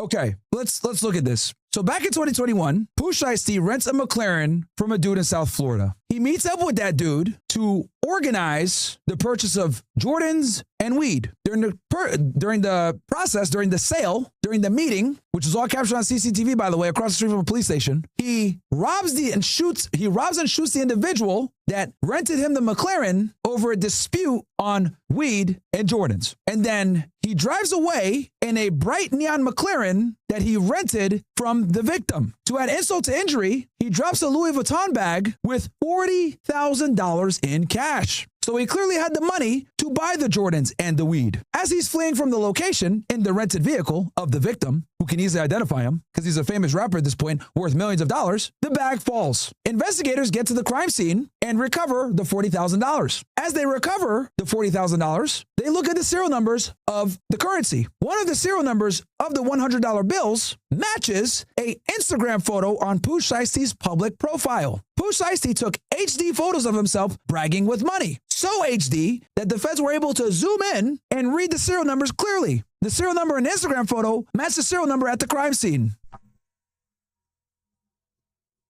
Pooh Shiesty went to prison for this for many years. At the height of his career, he went to federal prison. Now, while in federal prison, he was still signed to Gucci Mane, 1017. He probably might have not been making as much money as he feels he deserves off of his songs. And there was probably some resentment built up while he was in prison. So while Pooh Shiesty was in prison, this agitation probably started to become crazy. He gets out of prison years later in October of 2025 for good behavior and everything else for his, robbery and everything else that he did back in 2021-ish. 3 months after being released from federal prison, right, and being on probation with a ankle monitor, by the way, he meets up with his boys and says, we're going to go to Texas and meet with Gucci Mane. I'm going to get myself out of this contract. Now, Gucci Mane is also a hard-headed thug as well. So Pooh Shiesty, I guess, brought some, for lack of a better term, negotiating lubricant. This negotiating lubricant was AK-47s and firearms.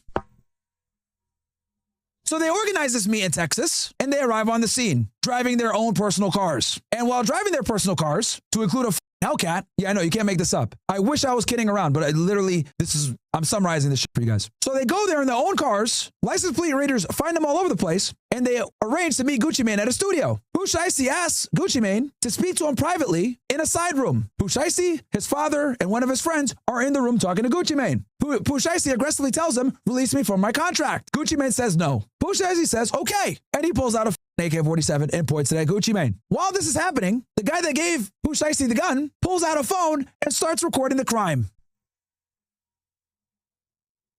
To make this even funnier, after Gucci Mane signs the contract to release Pooh Shiesty gives the contract to his father and asks him, is this adequate, Dad? After looking at it, his father says, no. Nope. He needs to date it. As if not dating it would somehow make it void. Forget about the guns and the fact that the rest of his friends are being holed up in another room. No, bro, you better date this. Now, as Gucci Mane is being stuck out to sign this contract, Pooh Shiesty's friends that he came with, it looks like 5 or 6 of them, have the rest of Gucci Mane's security and entourage at gunpoint. One of Pooh Shiesty's people stands in front of the door so they cannot leave. So now, Gucci Mane and all of his associates are being held at gunpoint. Gucci Mane in the side room and his other people in the lobby. As they're sitting there at gunpoint, Pooh Shiesty decides, let's take all their other shit too. Contract ain't enough. So they rob Gucci Mane of his wedding ring, cash, and jewelry. They also rob members of his entourage of their jewelry. Well, if you're going to rob someone of jewelry, you probably don't want it to be distinct so it can be traced back to you. Well, I guess Tweedledee and Tweedledum, Pooh Shiesty and his father, and their gang, think it's a good idea to steal 1017 chains. 1017 is a record label that Gucci Mane owns and operates. Members of his entourage have these chains. So Gucci Mane and his people steal these chains. And the cherry on top of all of this, besides his friend recording their event, besides his dad saying to sign the document and put the date, or his friend sticking up all the other individuals in the other room with CCTV, Pooh Shiesty does all of this with an ankle monitor on. I'm going to say that again. He did all of this 3 months fresh out of prison with an ankle monitor on. Chad, I think we can officially say at this point, given all the facts and circumstances I just gave you guys, I covered his first case, summarized what just transpired. I think I can unequivocally say that Pooh Shiesty is the stupidest criminal I've ever seen in my life. Not only did he commit an extremely serious crime against a famous rapper, he did it with an ankle monitor on and 1080p. And the feds were able to track it, obviously. So on the day of the offense, approximately 1:50 p.m., Pooh Shiesty was seen on video entering a Staples. His rented Buick Enclave can be seen on surveillance video parking near the front of the store, after which Pooh Shiesty's father enters the store and walks to the copy printer machines. Investigators obtain a copy of a receipt that confirms that a transaction occurred at the copy printer machines at 1:59 p.m., the time Pooh Shiesty's father is seen on surveillance video near the machines. Due to the close timing of this visit to Staples prior to the offense, the fact that Pooh Shiesty's father went straight to the printing area of the store and the timing of the receipt confirming a transaction occurred while Pooh Shiesty Sr. was at or near these printers, investigators believe Pooh Shiesty's father went to Staples for the purpose of printing off the contractual release that was presented to Gucci Mane. These couldn't even print it at home. They had to go to a Staples to get the contract release printed. Yo! Just when you thought it couldn't get worse. These don't got printers, bro. Just went to a Staples to get copies? Bro. Yo, it's 2026. Yo, what is this? Kinko's? Like, what the fuck? Yo, I didn't even know Staples is still open. Bro, I thought those been out of business, man.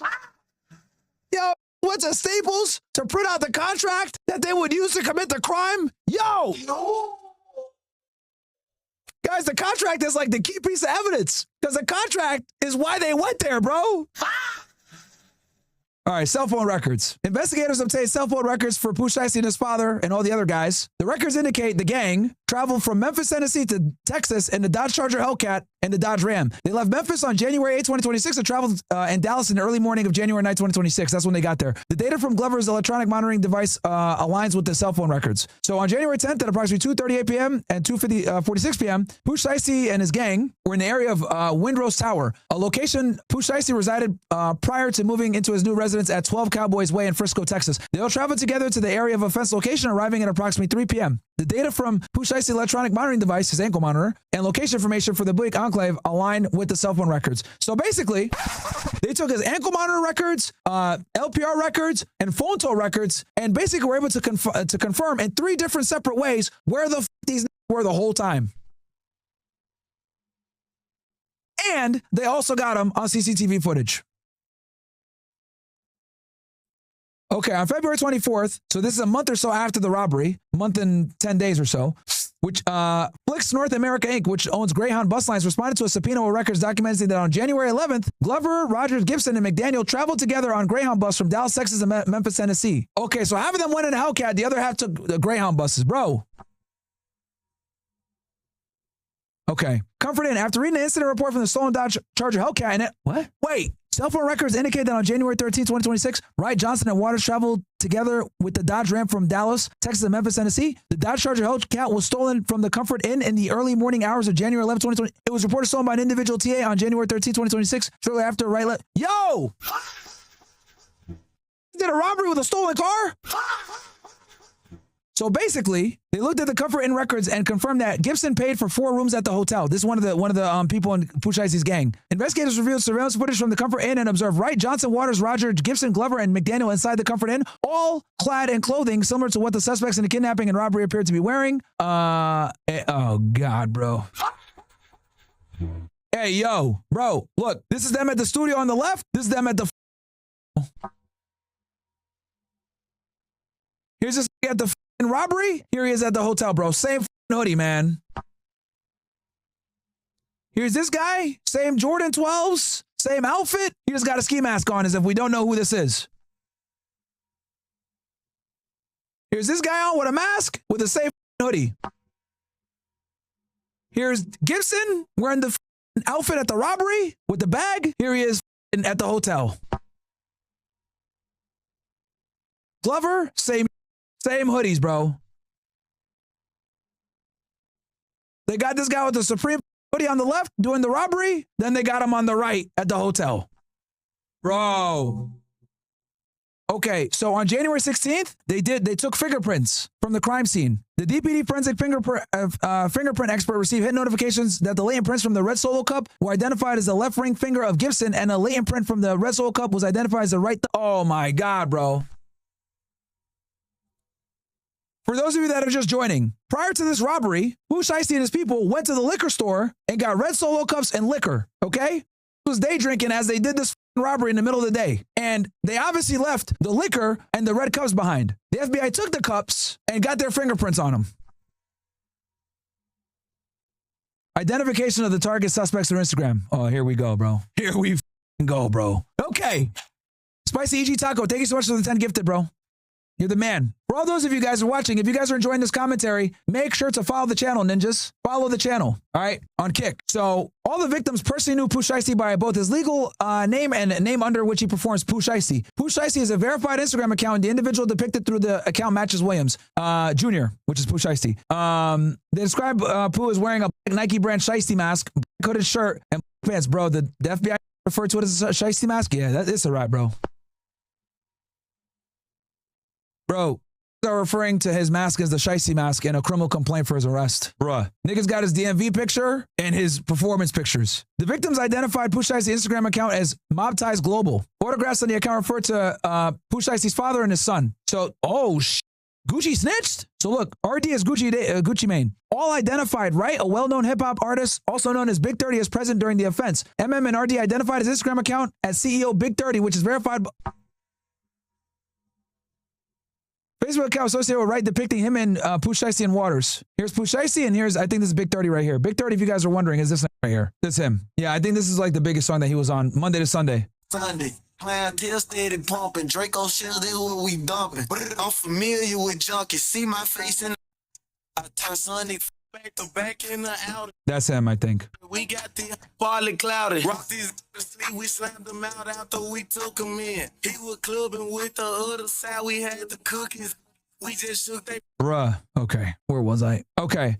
So MM and BP, these are the victims. Identified KD as a nickname for Waters and described him as Williams, Pooh Shiesty's right-hand man. Jazz is just subscribe. Shout out to you, bro. And describe Waters' attire during the offense as a hoodie with white stripes. So this, boom, they got him right here. Okay. So this is them identifying other members of the of the people that robbed. Okay. On surveillance footage from the offense located, the individual believed to be Rogers to be seen exiting the building carrying what appears to be the Louis Vuitton bag reported stolen on January 15, 2026. Rogers posted a video showing him wearing a Rolex GMT Batman Rolex with an oyster steel band that appears visually similar to the watch stolen from. Yo, are you serious, bro? Okay. Let me distill this for you guys. One of the victims had a Rolex Batman, okay? For those of you that don't know, this is a very famous Rolex, okay? It's very popular, actually. And it actually holds its value very well. It's actually a nice piece. I'm probably going to get one for myself sometime in the future. But here it is, okay? This is a classic piece. It's called the Batman Rolex GMT, right? I have the Pepsi. This is what I have. I have this one. But the Pepsi is kind of like the brother of the Batman, right? Very nice watch. I think it retails around 10K or whatever, but it's worth like somewhere between 20 to 30,000, right? It's a very distinct watch, very popular, but not that many people have it, right? So this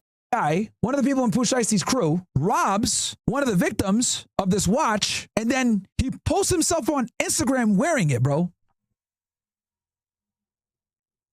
Wow. You can't be serious, bro. This guy stole the Rolex and wore that shit, bro.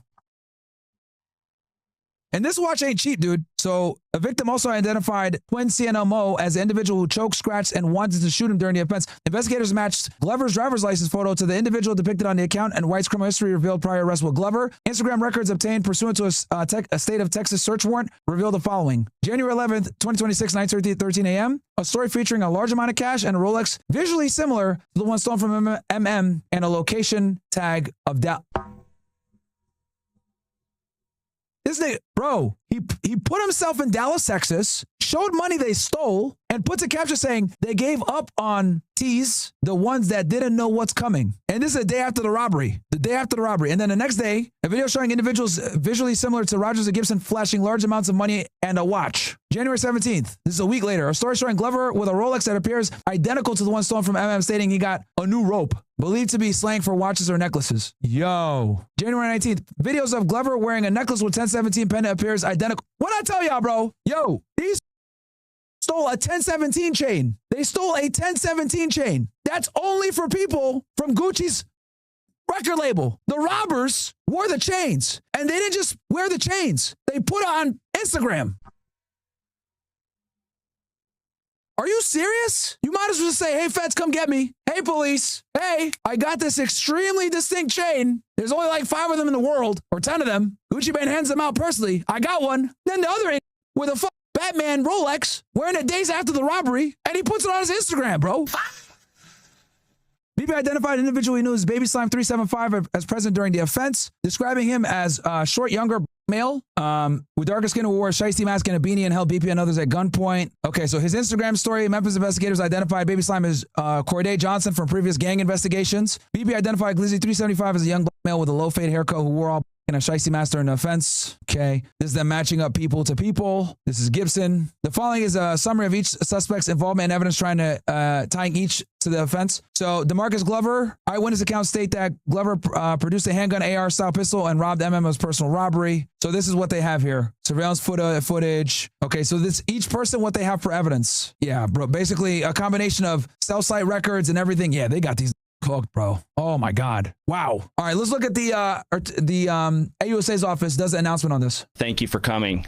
This week, 9 individuals, including well-known musical artists, kidnapped and robbed at gunpoint numerous victims at a music studio in Dallas, Texas. Also, I'm gonna pull up Gucci Mane on Instagram Live. I'll do that for you guys too, because I think people are saying that he snitched. It looks like that in the thing. 8 of the 9 were arrested yesterday in Dallas, Memphis, and Nashville. These individuals who are charged and arrested include... Let me read these chats real quick. Okay, thanks, G. Broke out my 3-month girlfriend. She checked all the boxes but lied about body count. Said she was low, then admitted. Yeah. Today her day 1. Yeah. All good, kid, Cody. There was about a book Gucci Mane. No bull. At some point, the community needs to have a real talk. I know, bro. It's crazy. Shout out to you for joining. Curtis, Myron, tomorrow's my last pro check. Can I get it down to Marco? No. Have you ever slept with a coworker when you was working for HSI? No. Myron, Iran released a banger diss track aimed at Trump. It's going viral on all platforms. Okay. Dr. Six, Myron, have you have to record going the felony because in the back gonna say, okay. Lontrell Williams Jr., also known as Pooh Shiesty. Lontrell Williams Sr., Rodney Wright Jr., also known as Big 30. Kadarius Waters, Demarion Gibson, Oh, these names are brutal. Kiss Glover, Corday Johnson, Darian McDaniel, and Terrence Rogers has not been arrested yet, but will be soon. The complaint alleges that on January 10th of this year, 3 music industry professionals traveled to Dallas for a scheduled business meeting. Lontrell Williams Jr. arranged this meeting purportedly to discuss the terms of his recording contract with one of the victims. Gucci Mane and them. Guys, we're switching. I'm going to get off YouTube right now, guys. Come on over to Kick. I just turned this on so you guys can, we still got a lot to cover, guys. We're going to cover Pam Bondi getting fired, and we're also going to cover the war. The Iran war. So we still, after we finish this, we're going to cover Pam Bondi and the war, my ninja. So come on over, guys, to Kick. Okay, YouTube guys, come on over to Kick. There's no ads. It's way better. We're giving some banger commentary right now. I think we already got the best breakdown of this case so far. We've been able to, we explained the lore, we explained street politics, we explained who Pooh Shiesty is, who his dad is, who Gucci Mane is. We went through the criminal complaint. So y'all are getting like the best breakdown of the shit.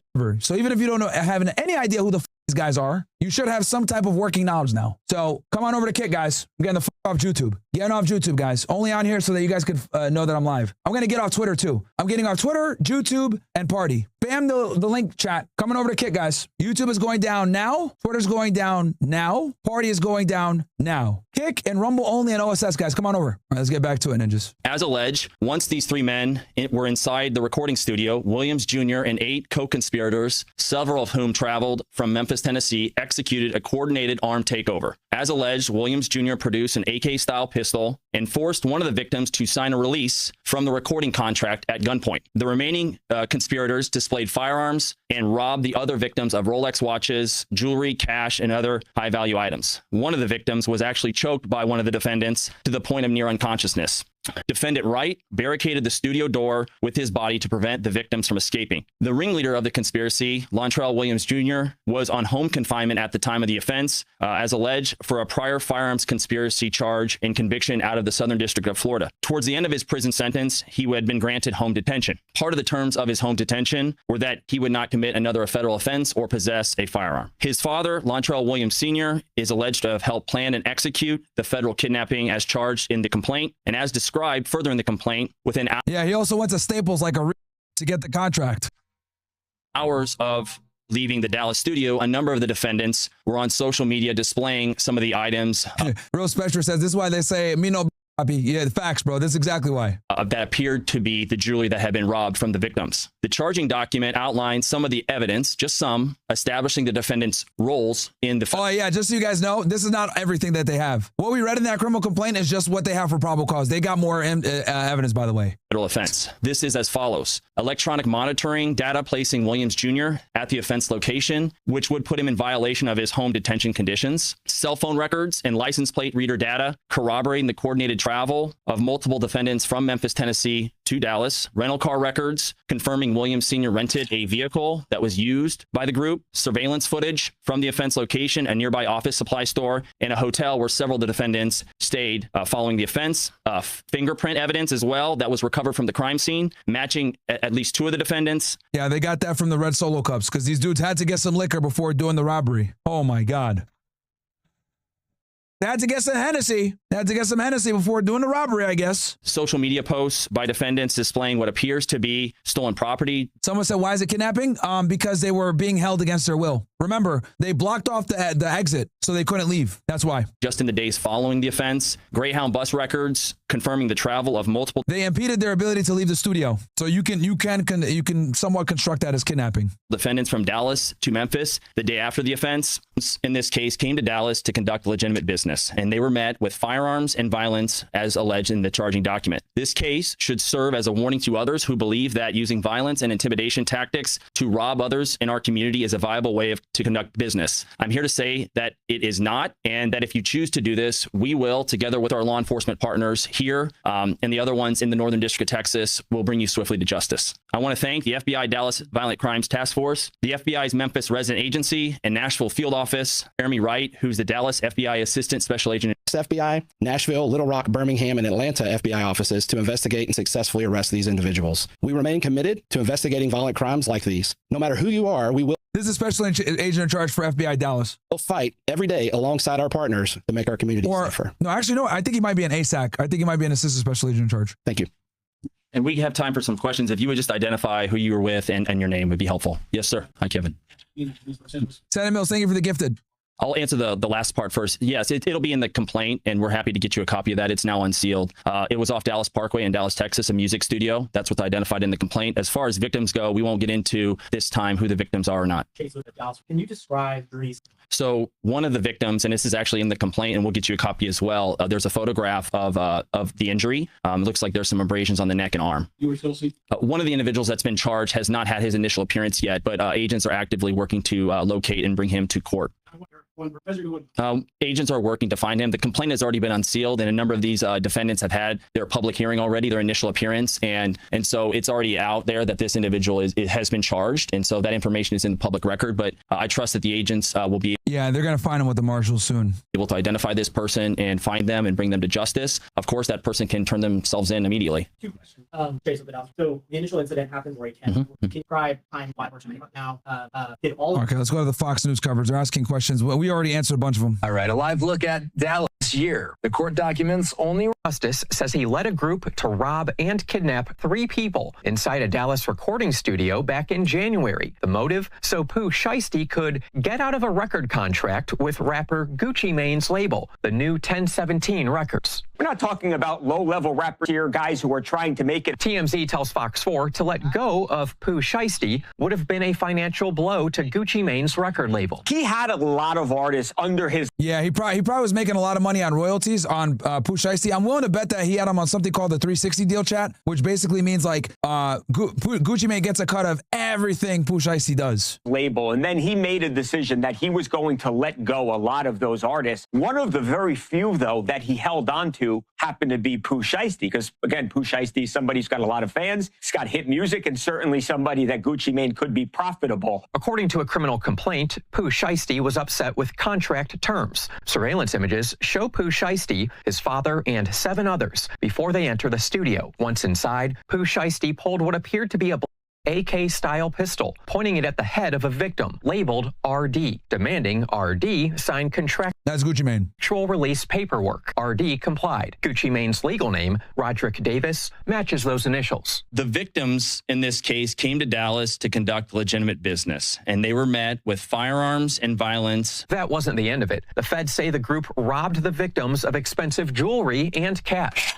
One of the victims was actually choked by Eddie, thank you for the gifted. One of the defendants to the point of near unconsciousness. Pooh Shiesty lives in Frisco, according to the complaint, but investigators say most of the alleged accomplices traveling from Memphis, Tennessee, were staying at a Dallas hotel the day of the ambush, including accomplice Rodney Wright Jr., a rapper with the stage name Big 30. Social media post reportedly shows suspect Terrence Rogers wearing a variety of jewelry believed to be stolen during the robbery, even stolen sneakers. There's also a post highlighting a large amount of cash. Footage from Memphis shows federal investigators collecting evidence at the home of Pooh Shiesty's father, Bontrell Williams Sr. That was on Wednesday, the day most suspects were arrested. We remain committed to investigating violent crimes like these. We mentioned Pooh Shiesty lives in Frisco. That's a suburb of Texas. Again, Frisco. It's about 30 minutes north of Dallas, where Pooh Shiesty lives. He actually lives in an apartment right next to the Dallas Cowboys training facility. Everyone else involved is believed to have come from out of town during this event. Again, 9 suspects we're talking about, 8 of them in custody. Feds still looking for one more who's believed to possibly be in Georgia. Austin? David Sentendry with us tonight. David, always appreciate you. You heard a little bit of the press conference in David's piece. Let's play the full thing out from the beginning. Here it is. Morning. Catherine Miller, the Acting Public Affairs Officer for the U.S. Attorney's Office of the Northern District of Texas. Today, you're going to hear from Ryan Raybould, the United States Attorney for the Northern District of Texas, Jeremy Wright, Assistant Special Agent in charge of FBI Dallas. And we will have a brief question and answer session after their remarks. Please identify yourself by your name and your media outlet when asking questions and confine the All right, I got Gucci Mane's live right here. Well, I'm assuming he's going to respond to some of this shit. So let's see. Content of your questions today. Peace, a social sense, fire force. All right, let's see what. Hey, babe, I just ordered. I ain't going to tell you what I just ordered. I'm going to surprise you. I went just so hard I had to buy you one because here, that's the problem. You jealous hard. Can't see my young millionaire. God, I hate the way these talk, bro. Give that money I'm putting up in that shit I go inside. They got $1 million. Okay.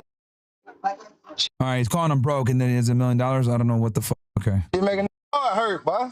Don't make these happy. These ain't happy on home. Talk to me. I would love to. Okay, you see me, my wife, you can talk to me. I'ma smoke you. Oh, yeah. Gucci Mane has killed somebody, by the way.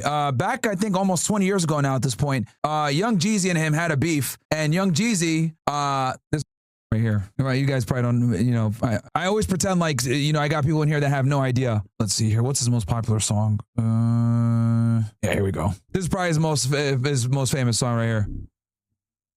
I'm about to bring y'all back in the time machine. And I love it. I got cases in the crowd, bad bros, my shoulders. We're going back in time, chat. Sitting on the phone, I love it. And I love him. Once again, it's on. Okay, so this is Young Jeezy. Young Jeezy and Gucci Mane had a beef almost 20 years ago, and one of Young Jeezy's people tried to rob Gucci Mane, and Gucci Mane killed him. Okay, that's actually one of the reasons how he got popular. Now, he was able to, he obviously beat the case because it was self-defense, but that, you know, that was kind of something that was notable in their beef, that he killed one of his people. So, you know what's going on with me? Yeah, I ain't gonna tell nobody, not even the police. I don't believe in none of that shit. Only thing I believe in is don't tell the police. All right, so he's claiming he hasn't talked to the cops. But, I mean, in a criminal complaint, we read it. It says here that RD identified one of the people. There you go. MM, BP, and RD all identified Wright, a well-known CEO, well-known hip-hop artist also known as Big 30, as present during the offense. And MM and RD identified his Instagram account as CEO Big 30, which is verified by Instagram. So, bro, right here, line 40. Gucci, what's this, bro? Soft ass, man. Now, you guys might be wondering, Myron, why does that matter? Okay, so again, I'm explaining this from at a remedial level. Snitching, guys, in hip hop is like a career ender. Okay? Hip hop is one of the few genres, or being a rapper is one of the few genres where going to jail actually helps your career to a degree. It's the only profession where you go to jail and it helps you. Okay? So one of the biggest ways to hurt your credibility is by being a snitch or cooperating with law enforcement. I know it's backwards. So that's why he's denying it. The thing I believe in. That's it. Keep it in the street. That's my only rule. Anything else, I don't give a fuck. Just don't tell the law soft. I don't got no detectives as friends, nigga. Detectives hate me, nigga. All right, he says he has no cop friends and police hate him. I'll decipher the name for you guys. They beat me up when they came in. Okay, he said they beat him up when they walked in. Ask. I mean, you could kind of say that's dry snitching, but whatever. I don't say shit. Call my lawyer. I know his number by heart. I don't talk to nobody. I don't even like to. I don't talk to nobody but my wife for real. Honestly.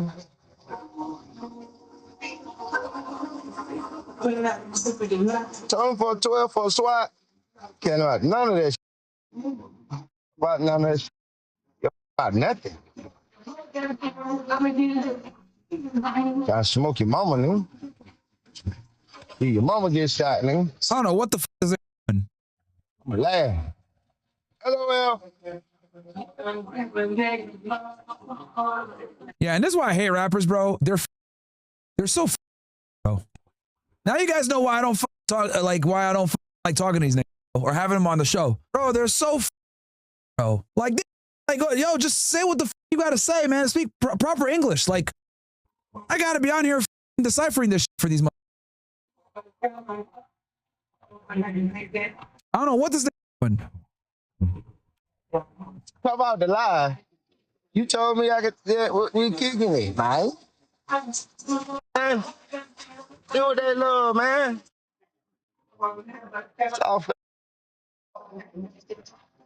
You do something to me, nigga. You do something to me, well, you deserve. You the next great. Like nobody else can't do. Everybody goddamn know what I'm gonna do. Draw down, bust you. All right, man. Let's see here. And now you a snitch. This was the last episode. Keisha in the back, like, go up. Okay, my son has the same diagnosis. Okay, never told the law. Real Gucci COVID, bro. Wait, this is years ago? Oh, this is old. My bad, chat. I'm sorry. This is old as fuck. My bad. That is my mistake to subject you guys to that. My bad, chat. This shit is old. Totally apologize about that. Let me see if I can find something more recent. If you made a statement, you might not have said anything then. You probably didn't say shit. But it shows in the indictment, or sorry, it shows in a criminal complaint, bro. Look, right here, chat. That's my bad. But right here, guys, line 40, dude. Line 40. MM, BP, and RD all identified Wright as a well-known hip-hop artist, also known as Big 30, because we know Big 30 was there. So, yeah, he hasn't spoken about it. He probably won't. But, I mean, it's here in the complaint, bro. He's going to have to address this at some point, guys. He's going to have to address this at some point. It says explicitly here that he identified him from photos. Now, let me see here. If I'm not mistaken, bro, I think Gucci Mane and Big 30 had beef. Let me see here. I think they had arguments, bro. I don't think it's no 10-17 curse. Nah. I don't think it's no 10-17 curse. Bro, I hate these, bro. Yo, speak English, bro. Life just be life and go through just be happy. Man, if that would happen with any other CEO, which I would have said it was a Utu curse. You think Gucci looking into these like, oh, I think he a street let me sign him. Discreet. No trying to sign no liability, no, you know what I'm saying? Like, no trying to sign no. Bro, you guys are all liabilities, bro. Bro, nobody gives a fuck about XQC's opinion on this shit, bro. XQC's, nobody gives a fuck about this opinion. What the fuck? All right, let's see here. Gucci Mane was allegedly held captive during a harrowing experience. 9 individuals have been charged after allegedly kidnapping and robbing 3 victims at gunpoint at a music studio in Dallas in January, according to the Department of Justice. He barricaded the studio door to prevent the victims from escaping, according to the DOJ. One victim was also allegedly choked to the point. We know that. 1017 Records announced on X he would be releasing all of the reps declined to comment on the allegations have been arrested for federal kidnapping and robbery as of April 2nd, according to the DOJ. If convicted, each defendant faces a sentence of up to life imprisonment. Shiesty's reps declined to comment on the allegations to Billboard. E! News has not been able to locate contact information for spokespersons for Shiesty or Big 30. In October 2024, Gucci Mane, the founder and head of record label 1017 Records, announced on X he would be releasing all of the artists signed to his label except for Shiesty and one other. Yeah, I'm pretty much certain that Pooh Shiesty probably had a 360 deal, bro. That's why he wanted to get out that so bad. Artist. At the time, Shiesty was serving a prison sentence after And Gucci Mane probably didn't want to release him because he's looking at it like, yo, I lost money on you because you were supposed to do all these shows. You're supposed to give me all these records. You didn't do it. You went to prison for like 3 to 4 years. So you owe me. So that's probably what the argument was about.